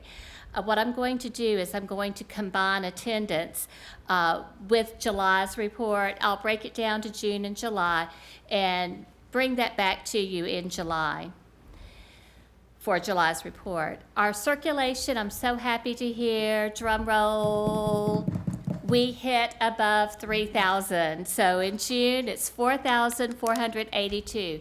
We are coming back. We are making it back. I looked back to 2019, and our circulation was about 10,000 at that time. But that's okay. We're getting there. We're making strides, and we're excited about that. We will have a library board meeting on Monday, July the 12th at 5 p.m. here at City Hall in the boardroom. Our summer reading program is going really well. Our last day will be July 16th.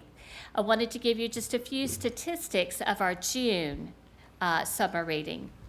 We have given away a total of 555 reader participation bags. 340 take and make crafts have been given out. Adult prize entries received have been 717. Our duck race and our stuffed animal story time and sleepover, there were about 50 people, and that was so much fun. Our stuffed animal story time, I'm hoping next month to bring some pictures for you. Those little stuffed animals wreaked havoc in the library that night when we turned off the library lights. So looking forward to sharing some of that fun time with you. This Thursday, July the 8th, we're going to be doing Greenway chalk art. Right over the bridge, we will be having a couple of tents spread over the Greenway to provide some shade because it will be at 2 p.m.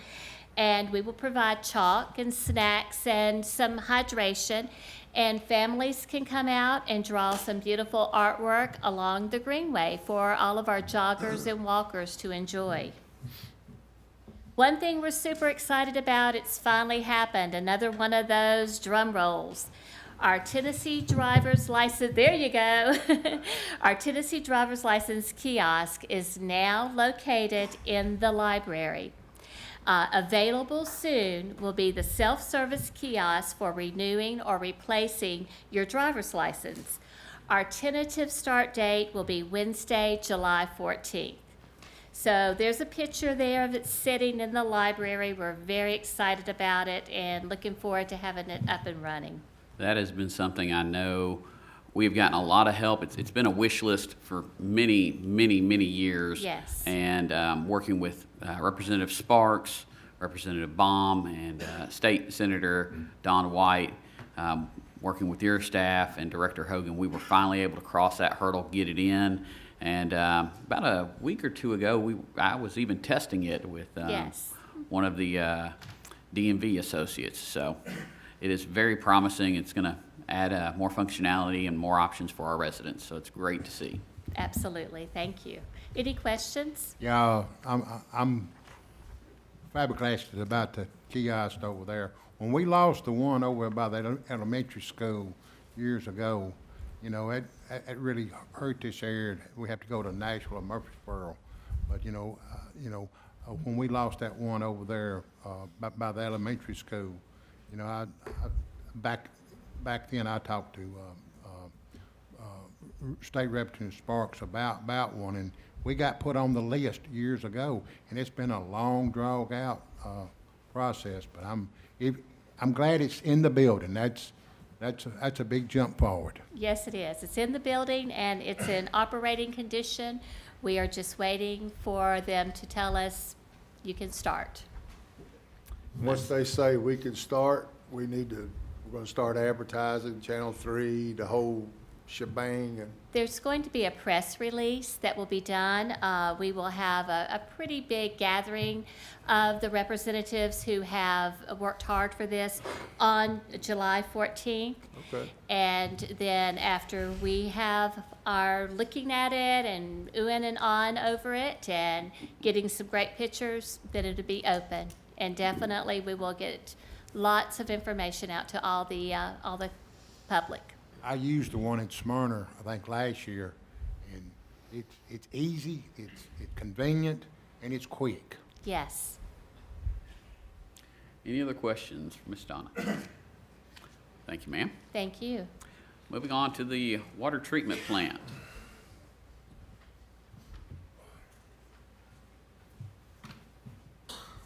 Mayor, Vice Mayor, Alderman. During the month of June, the water treatment plant treated 127.3 million gallons of J. Percy Priest Lake water and delivered 109.018 million gallons. That equates to an average of 4.39 million gallons per day treated and 3.634 million gallons per day delivered to the community. As of today, the Paul unit remains offline. Your reports say that we're awaiting notification from the state. We did hear from them about that. We're required to submit a sampling plan for the LT2 testing, but they did say that we could start up the unit before that. So the plan, instead of waiting for their approval now, is to start it up this week. So we're pretty excited about that since it's been a while that it's been off. For the first half of the month, filter 4 was out of service due to the rewash valve stem needing to be repaired. On June 12th, Tech Coat came out to make that repair. For the contractor to come make the repairs, we had to take the old side of the plant off, drain down the weir box, and get it ready for them to go inside there. They also replaced the shear pin for the valve number 4, as well as the shear pins for filters 1 through 3. When we drained down the weir box, we noticed that filter valves for the isolation valves, number 1 through 3, were leaking. That would cause us a little bit of concern because they were new valves. They did tighten them up and slowed down the leaks, but the valve contractor, as it states, we're waiting for them to come out. They did come out today. They're still submerged. We're kind of trying to figure out exactly what might be going on, if it was an installation issue or something going on with the valves themselves. But we'll dig more into that when we know more. After they made the repairs, we had to fill the weir box back up with water, disinfect it due to per AWWA standards, take a bacteriological sample and analyze it before we could put the plant back online. It took about a day and a half. During that time, the new side handled the demand of the system perfectly, so we were happy with that as well. At the end of the month, Eaton was finally on site to take a look at the ATC repairs and what work needed to go into that, as well as the installation for the breakers at the intake building. The ATC is the automatic transfer control that will run the generator when we lose power, so it's pretty important for the facility. Currently, that it works intermittently, but we can put it in manual if need be. This work could take about 4 hours per ATC to be fixed, which there's 2 that need to be repaired, equaling 8 hours. And up to 30 minutes to 2 hours for each breaker, which there's 2 there. So the plan is to work with the city as well as Eaton on scheduling about how we can plan for being without power for that amount of time and make sure the community has water. Throughout this month, we have seen air come through the combined filter effluent feed pump, which feeds a CFE turbidimeter as well as a CFE chlorine analyzer. We've seen some air in the past, but for my Father's Day gift, I got a phone call saying that we got an instantaneous spike of 1.68 turbidity coming through the CFE meter. So we had to reach out to TDEC about that. We spoke with the regulator, provided them trends of how each one of the 8 filters were working at the time of the spike, and how the spike seemed to just shoot up, come back down. So the regulator determined that it was caused by an equipment failure and not due to treatment techniques, and required plant personnel to troubleshoot the issue. So through this troubleshooting process, in which we checked the CFE tap line down in the flow meter vault, replaced tubing, monitored chemical feed pumps, adjusted flow on the CFE feed pump, as well as how much water goes to each, the analyzer and the turbidimeter. We found that the bubble trap was set to too low of a level, so we raised that up above the minimum height requirement. We're currently investigating the sodium hypochlorite, which is bleach pumps, because they degas as it's fed, so air is created in the line, and this may be causing our issue for bubbles that are entering the CFE feed line. We're currently working with Ecotech to see if they have some degassing valves that will hopefully help us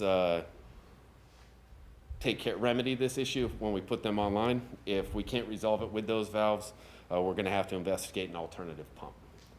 So we do have a report due to the state by July 23rd about this process and what we're going through to let them know and what we've come up with.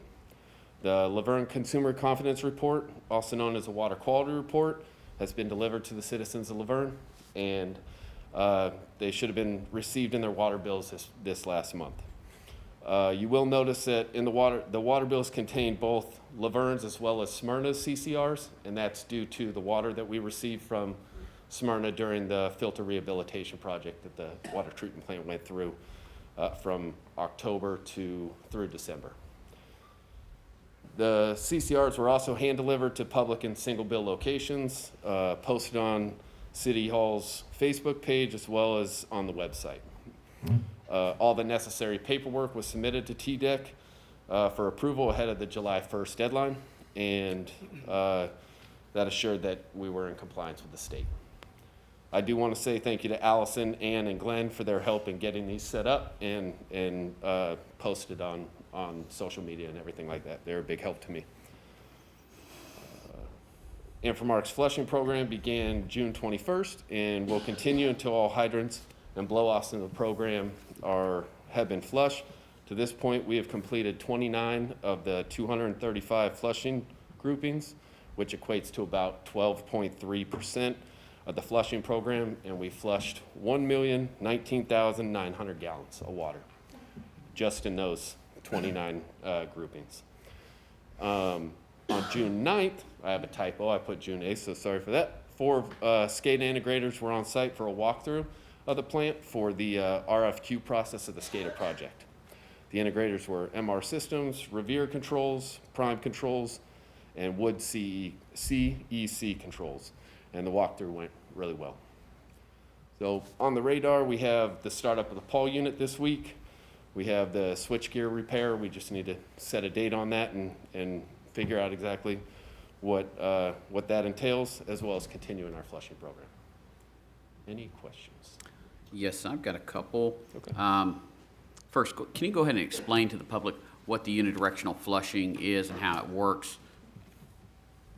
Yeah, so our flushing program starts towards a water plant, and we hit blow-offs, the dead ends going out through the system all the way towards the end of the system. So water is pulled from the start of the plant all the way through the system to pull fresh water throughout the entire system. And that impacts quality? Yes, it helps. It helps make sure that the chlorine residuals are high. We test chlorine before and after we take, excuse me, sorry. We test the chlorine before we flush completely and after, at the end, to make sure that the numbers have increased in order to make sure that better quality water is coming through. And then I see, of course, it's great news to hear about the Paul unit. It's been a discussion for years now. But I noticed here the Chemtrack chemical analyzer is down. And can you speak to that and timeframes for when that will be back up? Yeah, no, I'm glad you brought that up. We actually got the part. It's coming on Thursday. So we will get that installed and move forward with that. Okay, and then customer complaints. Yeah. We had 8 customer complaints in the month of June.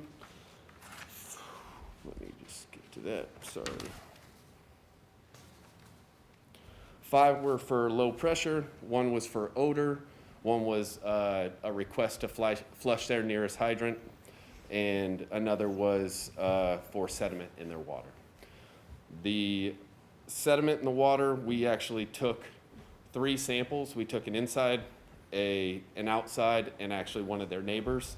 Analyzed all 3 because she was having trouble with higher levels of sediment in her water on the inside. And she asked us to come out there, take a couple different samples. All were in the same range. I explained that to the customer. I don't want to say she was pleased, but she was content with what was going on, because at this point we couldn't solve her issue, but I let her know that if there's anything else that we could do, please let us know, and we'll help out as much as we could. Okay, if people have any concerns about their water, where do they call? They can call the water treatment plant at 615-793-6536, option 2. Thank you. Any other questions? I'm glad you clarified about the letter and the water bill. I had a lot of inquiries about that. Okay.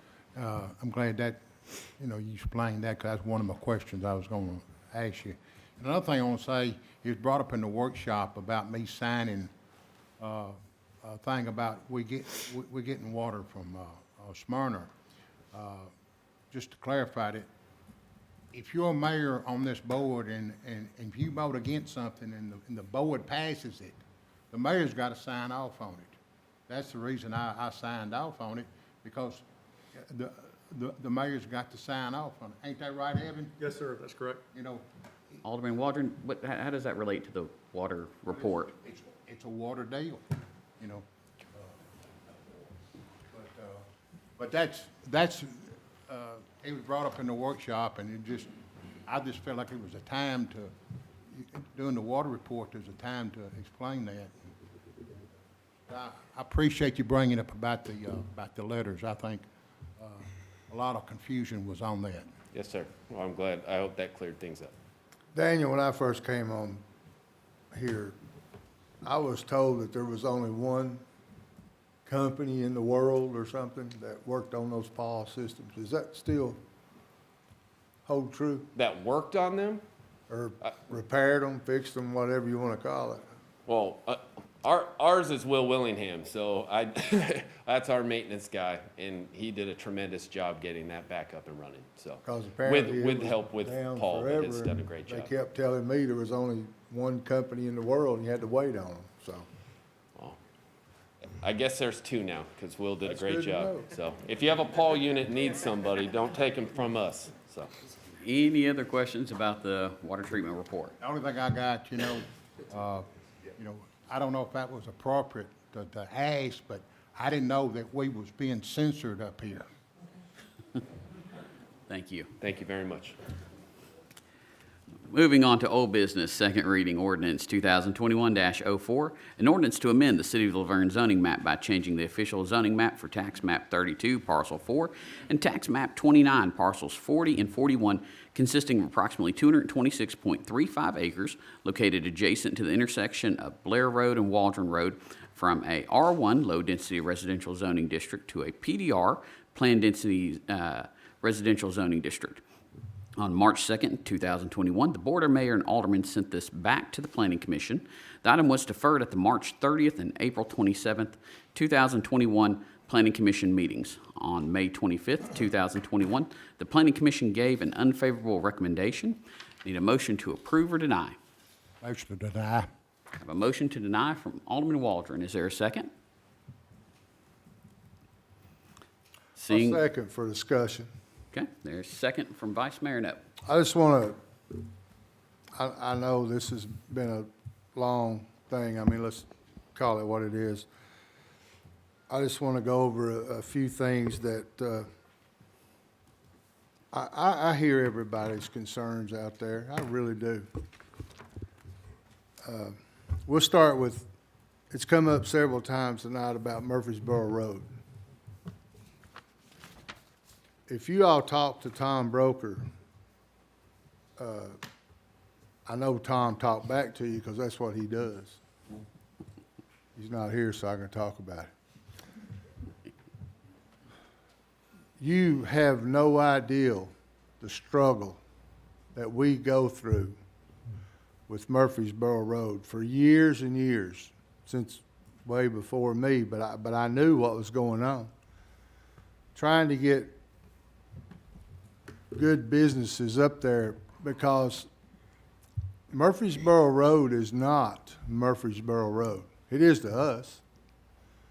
Murfreesboro Road is Highway 41. It's a state highway. It's controlled by TDOT. And I'm going to say this on TV, and if any of these TDOT people are listening, there's a stupid median out there that goes right down the middle. And Alderman Coates can let me know if I'm not telling this story right. But anyway, we've had several businesses over the years to try and come to Murfreesboro Road.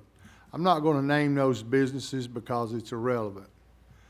But they won't come here because TDOT and the city's worked with them. I know Kyle has. TDOT won't cut through there. They won't make a cut through. So little businesses or big businesses don't want to come because they can't, you know, they can't get across the road. So Tom is busting his tail to try and get things on Murfreesboro Road. It's not because he's not tried. He really has. I know Graham was a part of the economic, going to those things and stuff. So it's a daily struggle trying to. And then my other thing is, and I've said this before, if you start at Kentucky Fried Chicken and drive to the other side of Florence Road, take notes as you go down through there. You won't see a nickel's worth of difference between Laverne, Smyrna, and the north side of Murfreesboro.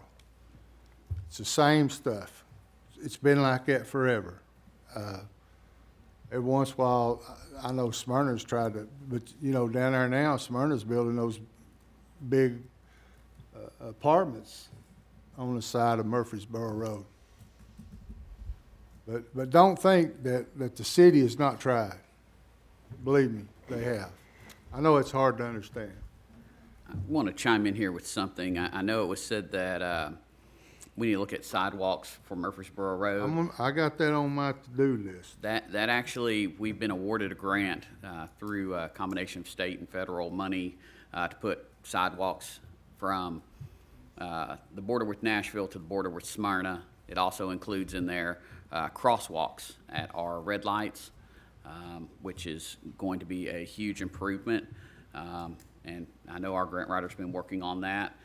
Randolph, also, your department's been working significantly on Murfreesboro Road, trying to get that compliant with our existing with our existing ordinances and some of the pushback that we're getting where not just city court's involved, but Evan with Rutherford County Court is involved. Is that correct? We've got 2, maybe 3 court cases coming up in the very near future for some zoning violations, some efforts we've been trying for a number of months now to get cleaned up that they were ruled in favor of the city. The decisions in municipal court were ruled in favor of the city, but obviously the property owners are challenging that, and we're having to take them to higher court in Murfreesboro. So Evan and I and my code enforcement team and a lot of folks, a lot of hands-on in getting, I know of 2 and maybe 3 that we're currently working on, and there's a couple more to come. So we're being proactive rather than reactive, trying to get some of those zoning violations in areas cleaned up along Murfreesboro Road.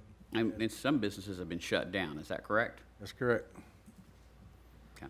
Thank you. You're welcome, sir. And that, I was gonna bring all that up too, but I'm glad you all talked about it a little bit more extensively, but this Murfreesboro Road theory is, it's been an ongoing process. I mean, let's face it, there's some nasty looking stuff on Murfreesboro Road, but there's also some nasty looking stuff in Smyrna on Murfreesboro Road, or as it changes down there to Lowry, and then you go on down. I'm not saying that those little businesses are not important. That's not what I'm saying. They are important, but, you know, it'd be nice if they was cleaned up, had their, you know, right, you know, we got the overlay district going on, so that's helping a little bit. We got some new stuff coming, but it's hard to get out there on that road. My next thing, I'm sorry? This is not a forum.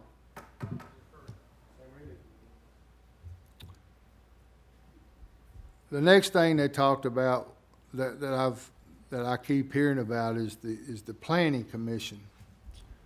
There's some truth in what Miss Grandinetti,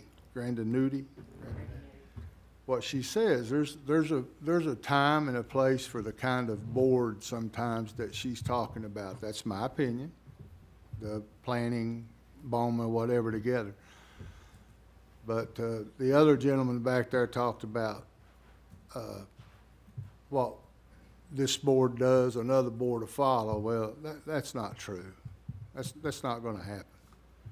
We're not going to follow what somebody else done, and we don't have to follow what planning says. If planning approves something or disapproves, we don't really have to go with that. And it's tough up here. It's a tough decision.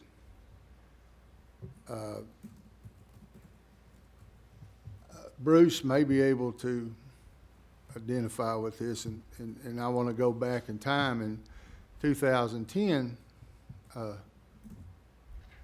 when that regime came in, they didn't even have enough money to pay payroll.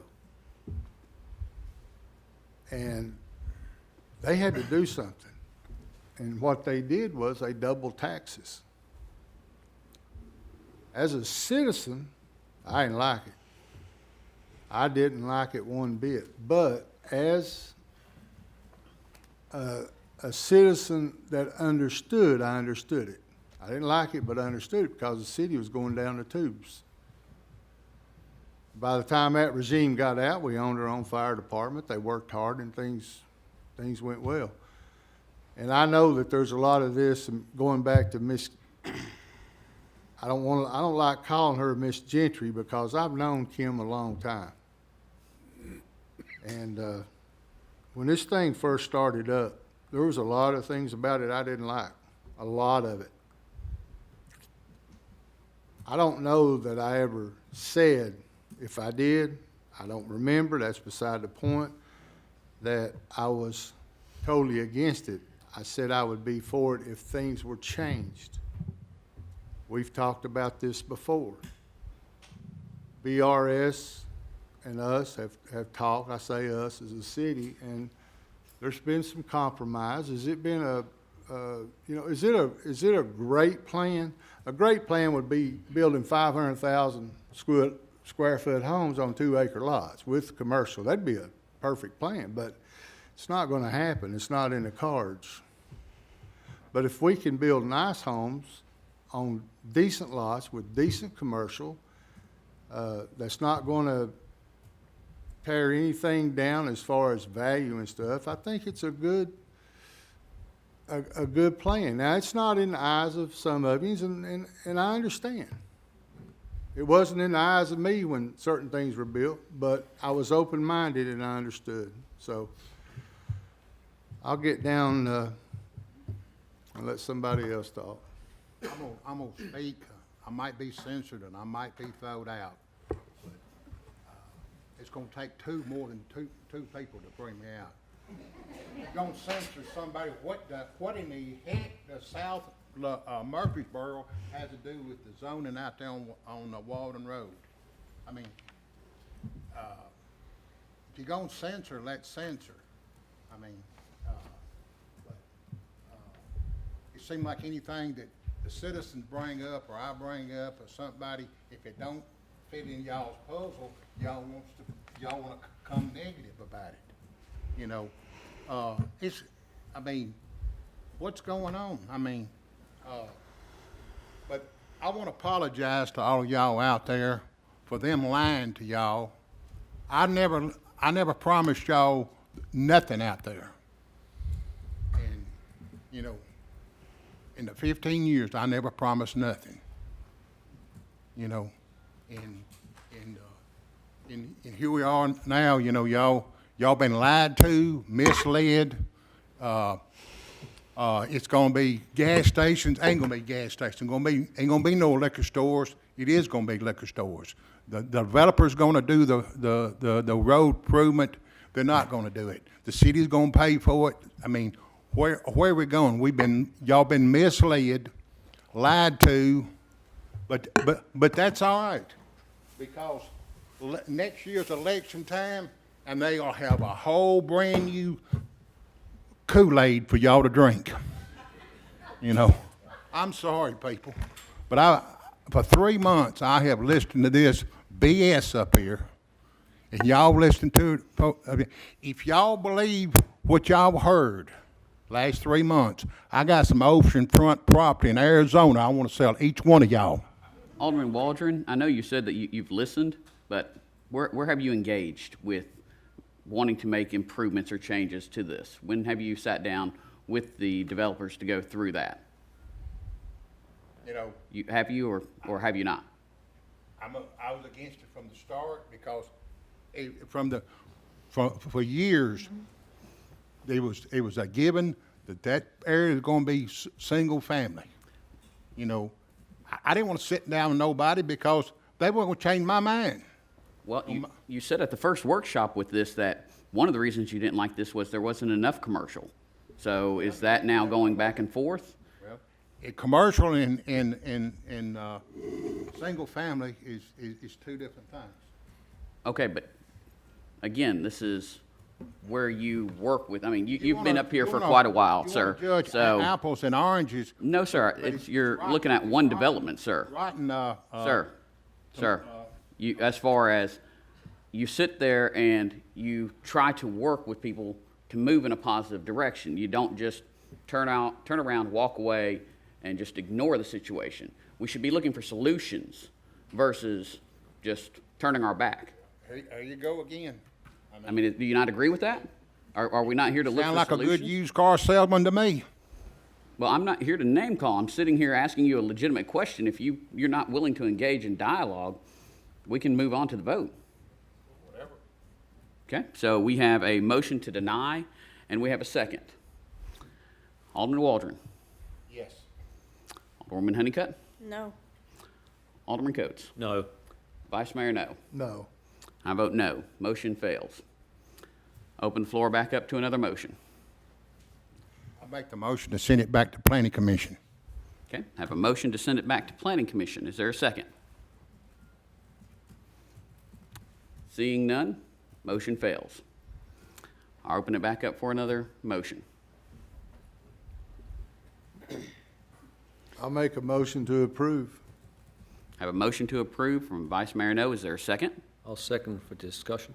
Second from Alderman Coates. I'll open it up for discussion. I'd just like to ask Mr. No if he would just to revise the motion to include the BRS document, which includes the development agreement and what the developer is required to do per the agreement. Make sure that's part of the approval, because it's part of the approval process. Okay, so Evan, correct me, we can go about this two different ways. They can either withdraw their motions and make that new motion, or we can just have a motion to amend. Is that correct? Correct. I think the first option would be cleaner. Okay, okay.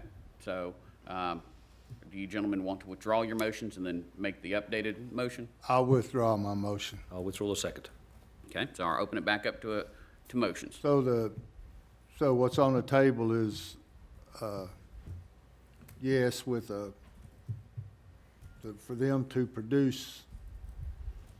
The promotion would be to accept the ordinance 2021-04 as written, to include the BRS development book and agreement. That's your motion? That'd be my motion, yes, sir. I have a motion from Alderman Coates. Is there a second? I'll second. Second from Vice Mayor No. I'd like to just say a few things, Mr. Mayor. I mean, it's been a very long, arduous transition we've been going through here. It's been very difficult for all parties involved, including myself. I was fortunate enough to be on both the Planning Commission and BOMA, and I'd just like to tell the citizens, whether you're for or against, I've done my homework. That's all I've got to say. I've done my homework. There's been some discussions with the developer that got very heated and very argumentative. But we ended up what's known as a compromise. You don't hear that much in politics, but a compromise. And I think we've come to the best agreement that we can fit for both parties. And although a lot of you may disagree, a lot of people have recently been agreeing with me. So it's very difficult to have the balance, but I'm here to vote. That's what I'm here to do. If you have any questions, please pick up the phone and call me. I don't mind emails, but if you want to call me, call me. If you want to meet me, as I've done with several of you parties who are against it, I'll sit down and meet with you and talk to you, give my opinions. It's very difficult when you're getting the same repetitive emails from different people and accounts that are not actual citizens, from what I can find out. It's very difficult. So I'm ready to vote, Mr. Mayor, and I'm ready to move forward. Okay. Alderman Waldron. Only thing I apologize, people. Y'all been had. I'm sorry. I will apologize. That's it. Calling the roll. Alderman Waldron. No. Alderwoman Honeycutt. Yes. Alderman Coates. Aye. Vice Mayor No. Aye. I vote aye. Second reading passes. Moving on to second reading, ordinance 2021-14, an ordinance to amend Title IX, Chapter 1 of the Laverne Municipal Code regarding transient vendors. Need a motion to approve or deny? Motion to approve. Have a motion to approve from Alderman Coates. Is there a second? I second. Second from Alderwoman Honeycutt. Alderman Waldron. Aye. Alderwoman Honeycutt. Aye. Alderman Coates. Aye. Vice Mayor No. Aye. Motion passes. Moving on to the consent agenda. Need a motion to approve or deny? Make a motion to approve. Have a motion to approve. Is there a second? Second. Okay, all in favor? Aye. Aye. Opposed? Moving on to new business. We've got first reading, ordinance 2021-15, an ordinance to amend the City of Laverne zoning ordinance by changing the official zoning map for tax map 14, parcel 24, consisting of approximately 10 acres, located at 147 Jones Mill Road, from R1 low-density residential zoning district to a R2 medium-density residential zoning district. This received a favorable recommendation from the Planning Commission on May 25th, 2021. Need a motion to approve or deny? Make a motion to approve. Have a motion to approve from Alderman Coates. Is there a second? I'll second for discussion. Second from Vice Mayor No. Open it up for discussion.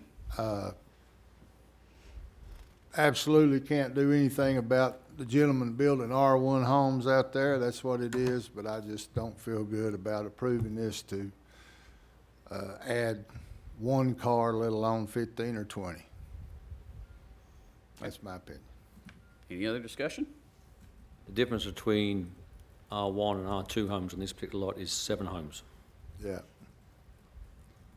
Right now, I know that's a petty from me, and I think that's a minute amount. And until we can do something with that road out there, I just can't get into it. I want to know that this board has the authority to request from the city staff to make plans for that road and that junction. That's what we can do. And again, that we can get ahead of the curve and get this thing organized so Fergus Road functions as it should do, and Jones Mill Road people can actually come out Jones Mill Road safely and get onto Fergus Road. I absolutely 100% respect your ideology. I just want you to respect mine. Understand? I will say that, as it was agreed upon at the workshop, our city engineer will be putting together plans for what improvements can occur throughout this intersection all the way through the curve, so that that can be brought back at the next workshop and presented to this board so that we can figure out what plan of action we want to take. So those options will be presented. So can we defer this until we get those options for what we can do with the roads? That could occur, yes, I believe it could. Evan, correct me if I'm wrong, but we can defer for a month. Correct, yes, sir. So that is an option. Any other discussion? Go ahead. Alderman Waldron? It only kind of comes to my mind, you know, this is single family, and you know, thinking really not that crazy about that, but it's better than PDR apartments or condos. You know, if we got a chance to zone this R2 single family, that takes out of the equation PDR apartments and condos. Who knows, the next time a developer comes in, they want to do PDR apartment and condos, and that's going in the wrong direction. You know, since I went through this with South Waldron Road, you know, it's going to be hard for me to vote against any single-family homes because of what could be, you know. So I'm not really crazy about it, but you flip the coin over, and maybe a developer next year is going to come in with condos, PDR, apartments, you know, and you look back and said, you know, we should have went with single family. I'm sure them people on South Waldron Road would love to have that back to where they could do single family homes. So, you know, that's a double-edged sword. You know, if we kick like I hate to kick the can down the road. If we kick his zoning down the road, who knows what's going to come in with PDR, multifamily. So, you know, I don't like it, but it's going to be hard for me to vote no on single family. Okay. Call the roll. Alderman Waldron. Now, what are we voting on? We have a motion to approve by Alderman Coates, a second by Vice Mayor No. I'll vote to approve it, single family. Okay. Alderwoman Honeycutt. So, let me get this straight. We're voting to move it from R1 to R2, correct? Correct. This is first reading. Okay. Can I make a motion to defer it until we see No, what ma'am. road There's improvements? already a motion and a second on the table, and I've already started the roll call.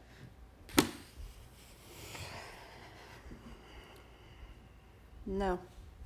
Alderman Coates. Aye. Vice Mayor No. No. I vote aye. First reading passes. Moving on to first reading ordinance 2021-16, an ordinance to amend Title 8, Chapter 1, Section 8-111 of the Laverne Municipal Code regarding location restrictions for liquor stores. Need a motion to approve or deny? Make a motion to approve. I have a motion to approve from Alderman Coates. Is there a second? I want a second for discussion because I'm just a little bit confused about what the gentleman was talking about the other night and what we felt comfortable in. So the motion to approve is going to be to move it to a half a mile. No, sir. It's gonna, a motion to approve is gonna move it to streets. So this ordinance, as written, did not change any of the restrictions for the distance requirements. The distance requirements stay the same. There's still a 1 mile distance requirement. What this does is just add locations like Industrial Road to that, Old Nashville Highway, so that those locations can be included. So when I was reading it, it was talking about 1 mile and a half a mile. And I just wanted to make sure before I put my name on that, I understand it completely. So, go ahead. Okay. Now, can we talk to those guys? Make sure they understand what's going on? Because I had a phone call, and I think they were more or less concerned about the mileage. The mileage is not changing from what it is today. It's the same mileage as what we are currently under. If this ordinance was to fail, that it'd be the exact same distance requirements. It's just adding in those roads and the specific zonings for them. Is that correct? Yes, sir. Of course, it was proposed originally to change that from 1 There mile we to go. half I a knew mile. I had read that. But after the discussion at the workshop Thursday night, we changed it back to where it's 1 mile. So the distance regulations will stay the same. We're just adding Industrial Boulevard and Old Nashville Highway to the list of eligible streets where liquor stores could be located in a commercial zone. Now, Jeremy, do you understand what's going on? Because you had to leave the other night. I wanted to make sure, because me and you had a conversation and. Yes, I had an emergency I had to attend to. Yeah, I know. Boys got sick. Okay. Yeah, but what wasn't on the, what we were reading the other night was the change from 10,000 down to 7,500 though. It's already 7,500. Oh, 7,500 to 10,000. Yeah. This will, the way it's presented now, this will not hurt Murfreesboro Road, and it will hopefully help or enhance on up towards the interstate. So it's kind of confusing to me too, so trust me. Any other questions from the I got a question, you know, if this was liquor by the drink or restaurant, but it had nothing to do with it, this is just liquor stores. Like, if we already can have 2 or 3 or maybe 5 on Walden Road or New Nashville Highway, my feeling, and I'm not a teetotaler, you know, I don't have nothing against somebody having a drink every once in a while, but I think that's enough. I mean, you got one in Smyrna up there off San Marie Parkway, and we got 2 in Laverne. You know, I just don't see the need for another liquor store. We got 2 now, and I don't see them toting them off unless it's New Year's Eve. You know, I just don't see a need for a liquor store out there on Industrial. It's hard to get Industrial. It's hard to get in and out anyway, so I just don't see it. Okay, any more questions?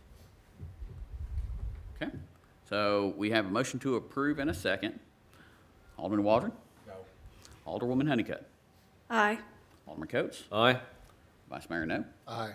Motion passes. First reading.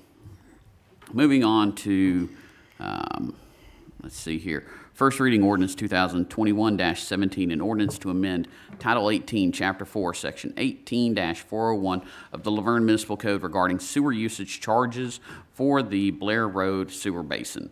Need a motion to approve or deny? Make a motion to approve. Have a motion to approve from Alderwoman Honeycutt. Is there a second? Second. Second from Alderman Coates. Alderman Waldron?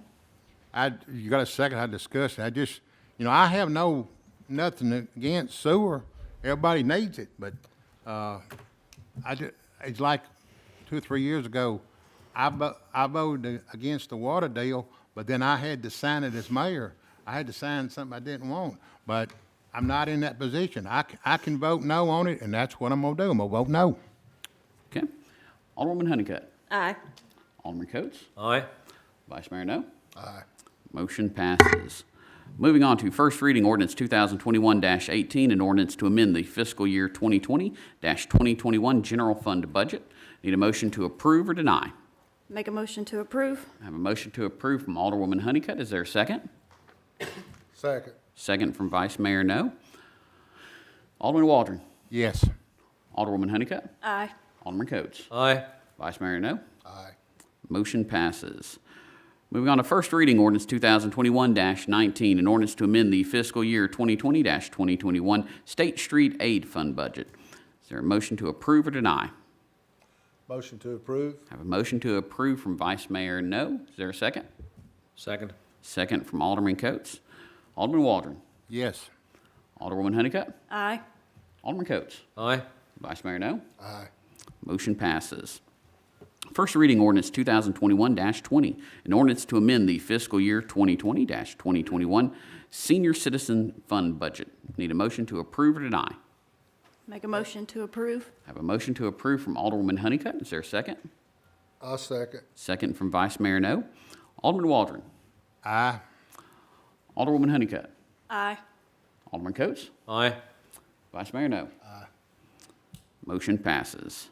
First reading ordinance 2021-21, an ordinance to amend the fiscal year 2020-2021 Stormwater Fund budget. Need a motion to approve or deny? Make a motion to approve. And I'll second that. So we've got a motion from Vice Mayor No, and I'm seconding. Alderman Waldron. Aye. Alderwoman Honeycutt. Aye. Alderman Coates. Aye. Vice Mayor No. Aye. Motion passes. First reading ordinance 2021-22, an ordinance to amend the fiscal year 2020-2021 Fire Impact Fee Fund budget. Need a motion to approve or deny? Motion to approve. Have a motion to approve from Vice Mayor No. Is there a second? I second. Second from Alderwoman Honeycutt. Alderman Waldron. Aye. Alderwoman Honeycutt. Aye. Alderman Coates. Aye. Vice Mayor No. Aye. Motion passes. My apologies, Alderman Waldron. Number 14, Resolution 2021-19, a resolution of the City of Laverne to appropriate funds to nonprofit organizations for fiscal year 2021-2022. Need a motion to approve or deny? Motion to approve. I have a motion to approve from Alderman Coates. Is there a second? I second. Second from Alderwoman Honeycutt. Alderman Waldron. Aye. Alderwoman Honeycutt. Aye. Alderman Coates. Aye. Vice Mayor No. Aye. I vote aye. Resolution passes. Moving on to appoint or remove board and committee members. First, we have the beer board, and we have two applicants. Since Miss Isabella Williams has resigned, I will appoint Becky Pollock to the board. All in favor? Aye. Opposed? Abstain. Okay, that passes. Congratulations. Moving on to the Board of Zoning Appeals. Miss Elizabeth Dandler, she has resigned due to leaving the city. We have two applicants. I'll appoint Charlie Jones to that board. All in favor? Aye. Opposed? Aye, I'm sorry. Aye. I was reading. Any opposed? Abstain. Okay. Mr. Jones is appointed to that board then. Next, we have Economic Development Advisory Committee. We have 4 applicants. And from where Mr. Floyd Dennis's term has expired, and he does wish to remain on this board, so I will reappoint him to that. All in favor? Aye. Aye. Okay, that passes.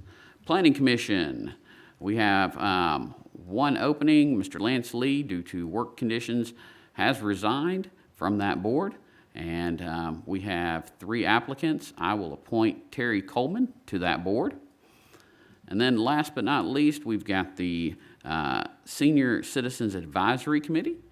And we have 1 vacancy on that board and 1 applicant. So I will appoint Shermel Balbalosa to the board.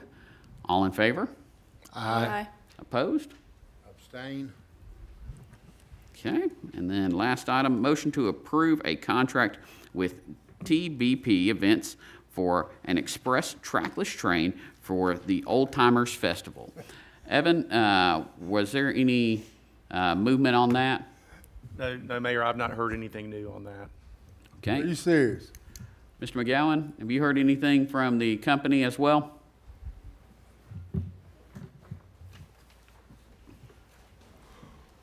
Mayor, I believe he sent an email this morning saying that he wasn't comfortable removing that or accepting that as it is. Said he hasn't had any issues anywhere else he's gone, but at this point, he's not willing to accept our terms.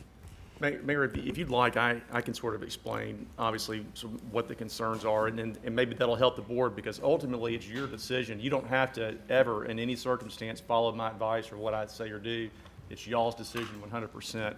The issue with the indemnification provision is that if this company were to get sued by somebody because they got injured or hurt out there, or for any other reason, what they're saying is that the city of Laverne would be on the hook, even if it was their fault. Okay?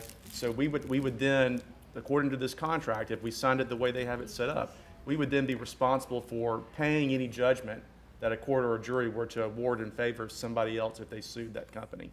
That's something that the Tennessee Attorney General does not think local governments can do. And even if it were, it would not be anything that would be advisable, at least in my opinion. There are only limited circumstances where cities can indemnify. Cities can indemnify all city officials, you, city administrators, us, but that's it. That's sort of the limit of it. And I hope that helps explain a little bit. David, what there are other companies that do the similar service that's out there, is that correct? This is the only trackless train we've been able to locate. I know he was here, actually, there's pictures of his train on our walking trail, but it's probably been 6, 7, even 8 years that he was here.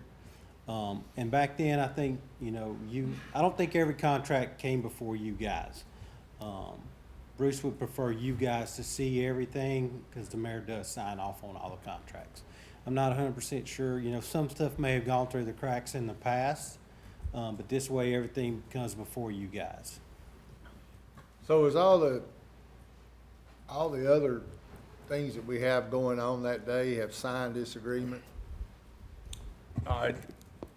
As far as I know, in any agreement that I've seen where we've requested that the vendor remove that language, because it's sort of normal, people put it in contracts hoping that people sign off on it, but when we request, and I'll call on anybody to correct me if I'm wrong, I don't think there's a single vendor that we've asked to remove that didn't take that out. Really? And So I it sounds to me think like- if we brought them before you guys before, the contract hasn't been that extensive, that language wasn't in there. It was just, you guys saw the contract, Evan didn't see anything wrong with them. Kind of like the ventriloquist we brought before you guys. I can't think right off the top of my head what we've brought in the past, but you guys do see everything. And it all goes to him before you guys get it, or at least before you guys vote on it.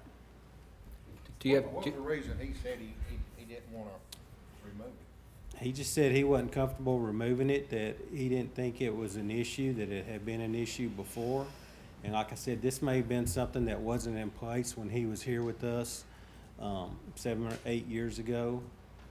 So I really can't speak other than for him on his behalf, other than when he sent the email today, he said he wasn't comfortable with the changes.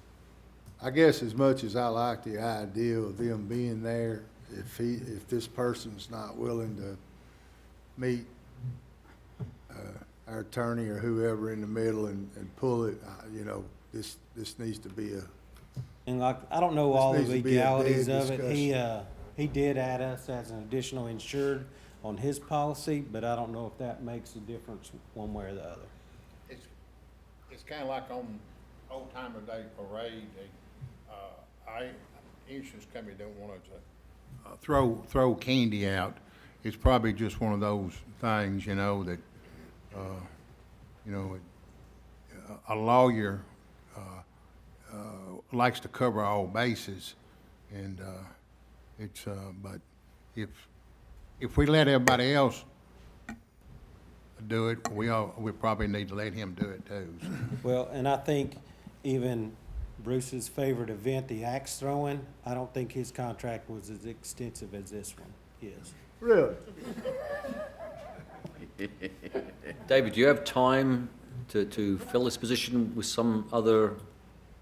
Well, we could, yeah, we could, yes, sir, we could get other forms of entertainment. It's just probably not gonna be something similar to this.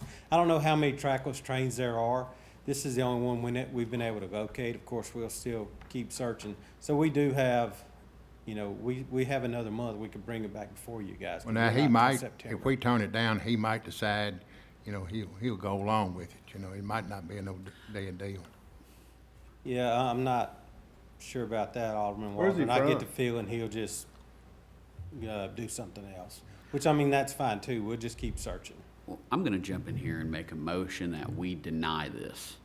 And if he wants to come back around later, wonderful. If he doesn't, we can always find another attraction.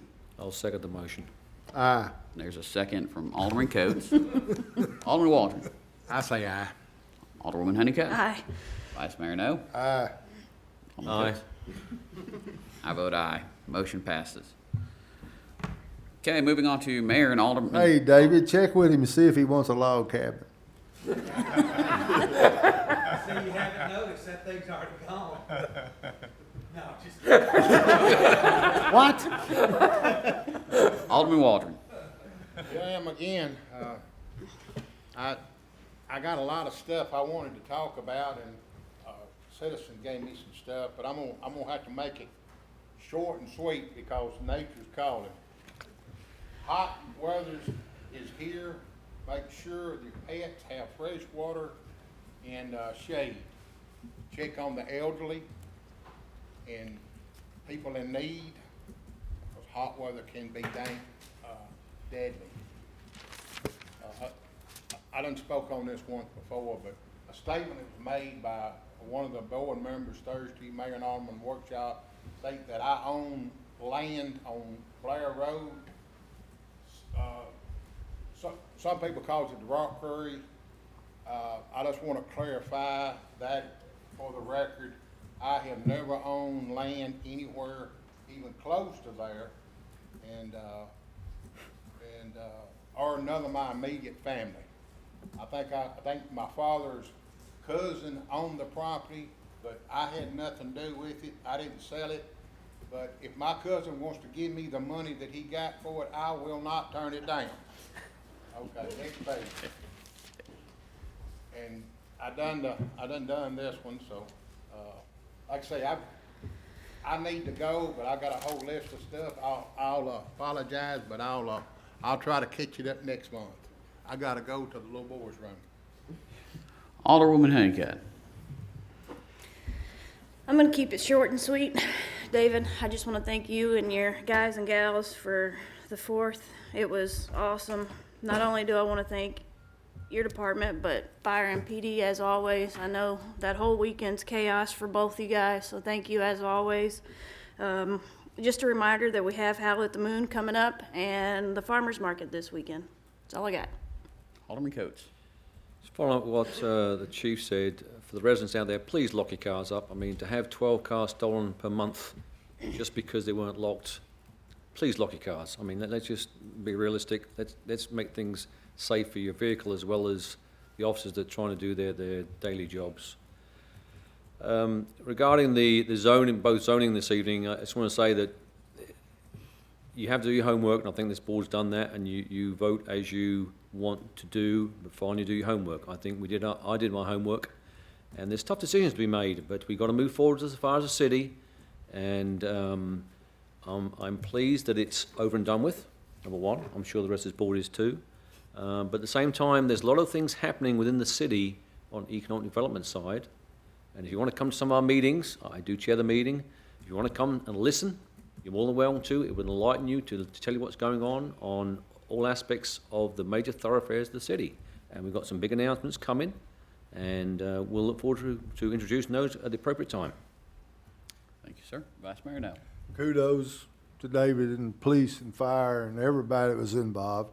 with July 4th. I want to say thanks to all of the people that sent their applications in. It's going to be appointed to the new boards. I'm glad to see people stepping up, and maybe by getting on some of these boards, you'll have a little bit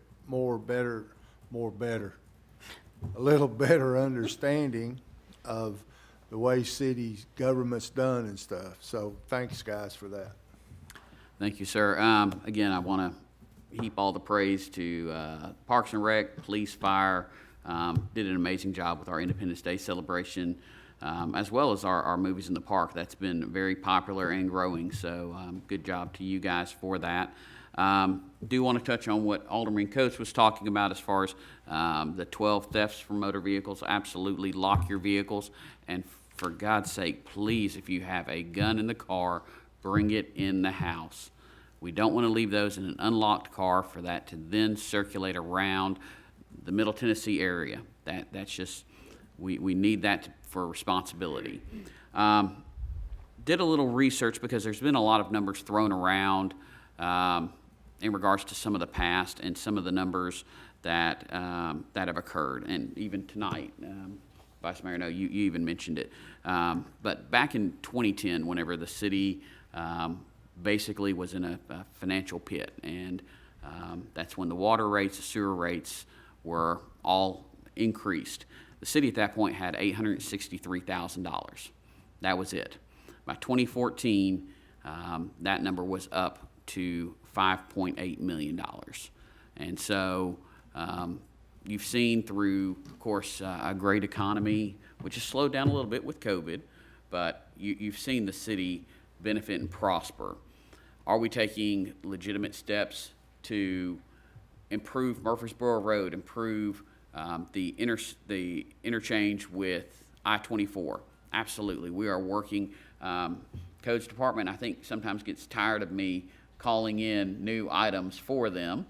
But we are working on massive amounts, and even with some of our vacant facilities, we're working on ways to improve those and get those, at least making sure they're fully complying with our overlay district, and adding new overlay districts to the city, whether it's on Old Nashville Highway, whether it's on Blair and Waldron, across the city, anywhere where there is commercial or commercial opportunity, we're trying to improve that so that in the future it looks as good as it does day one. So with that, call this meeting adjourned.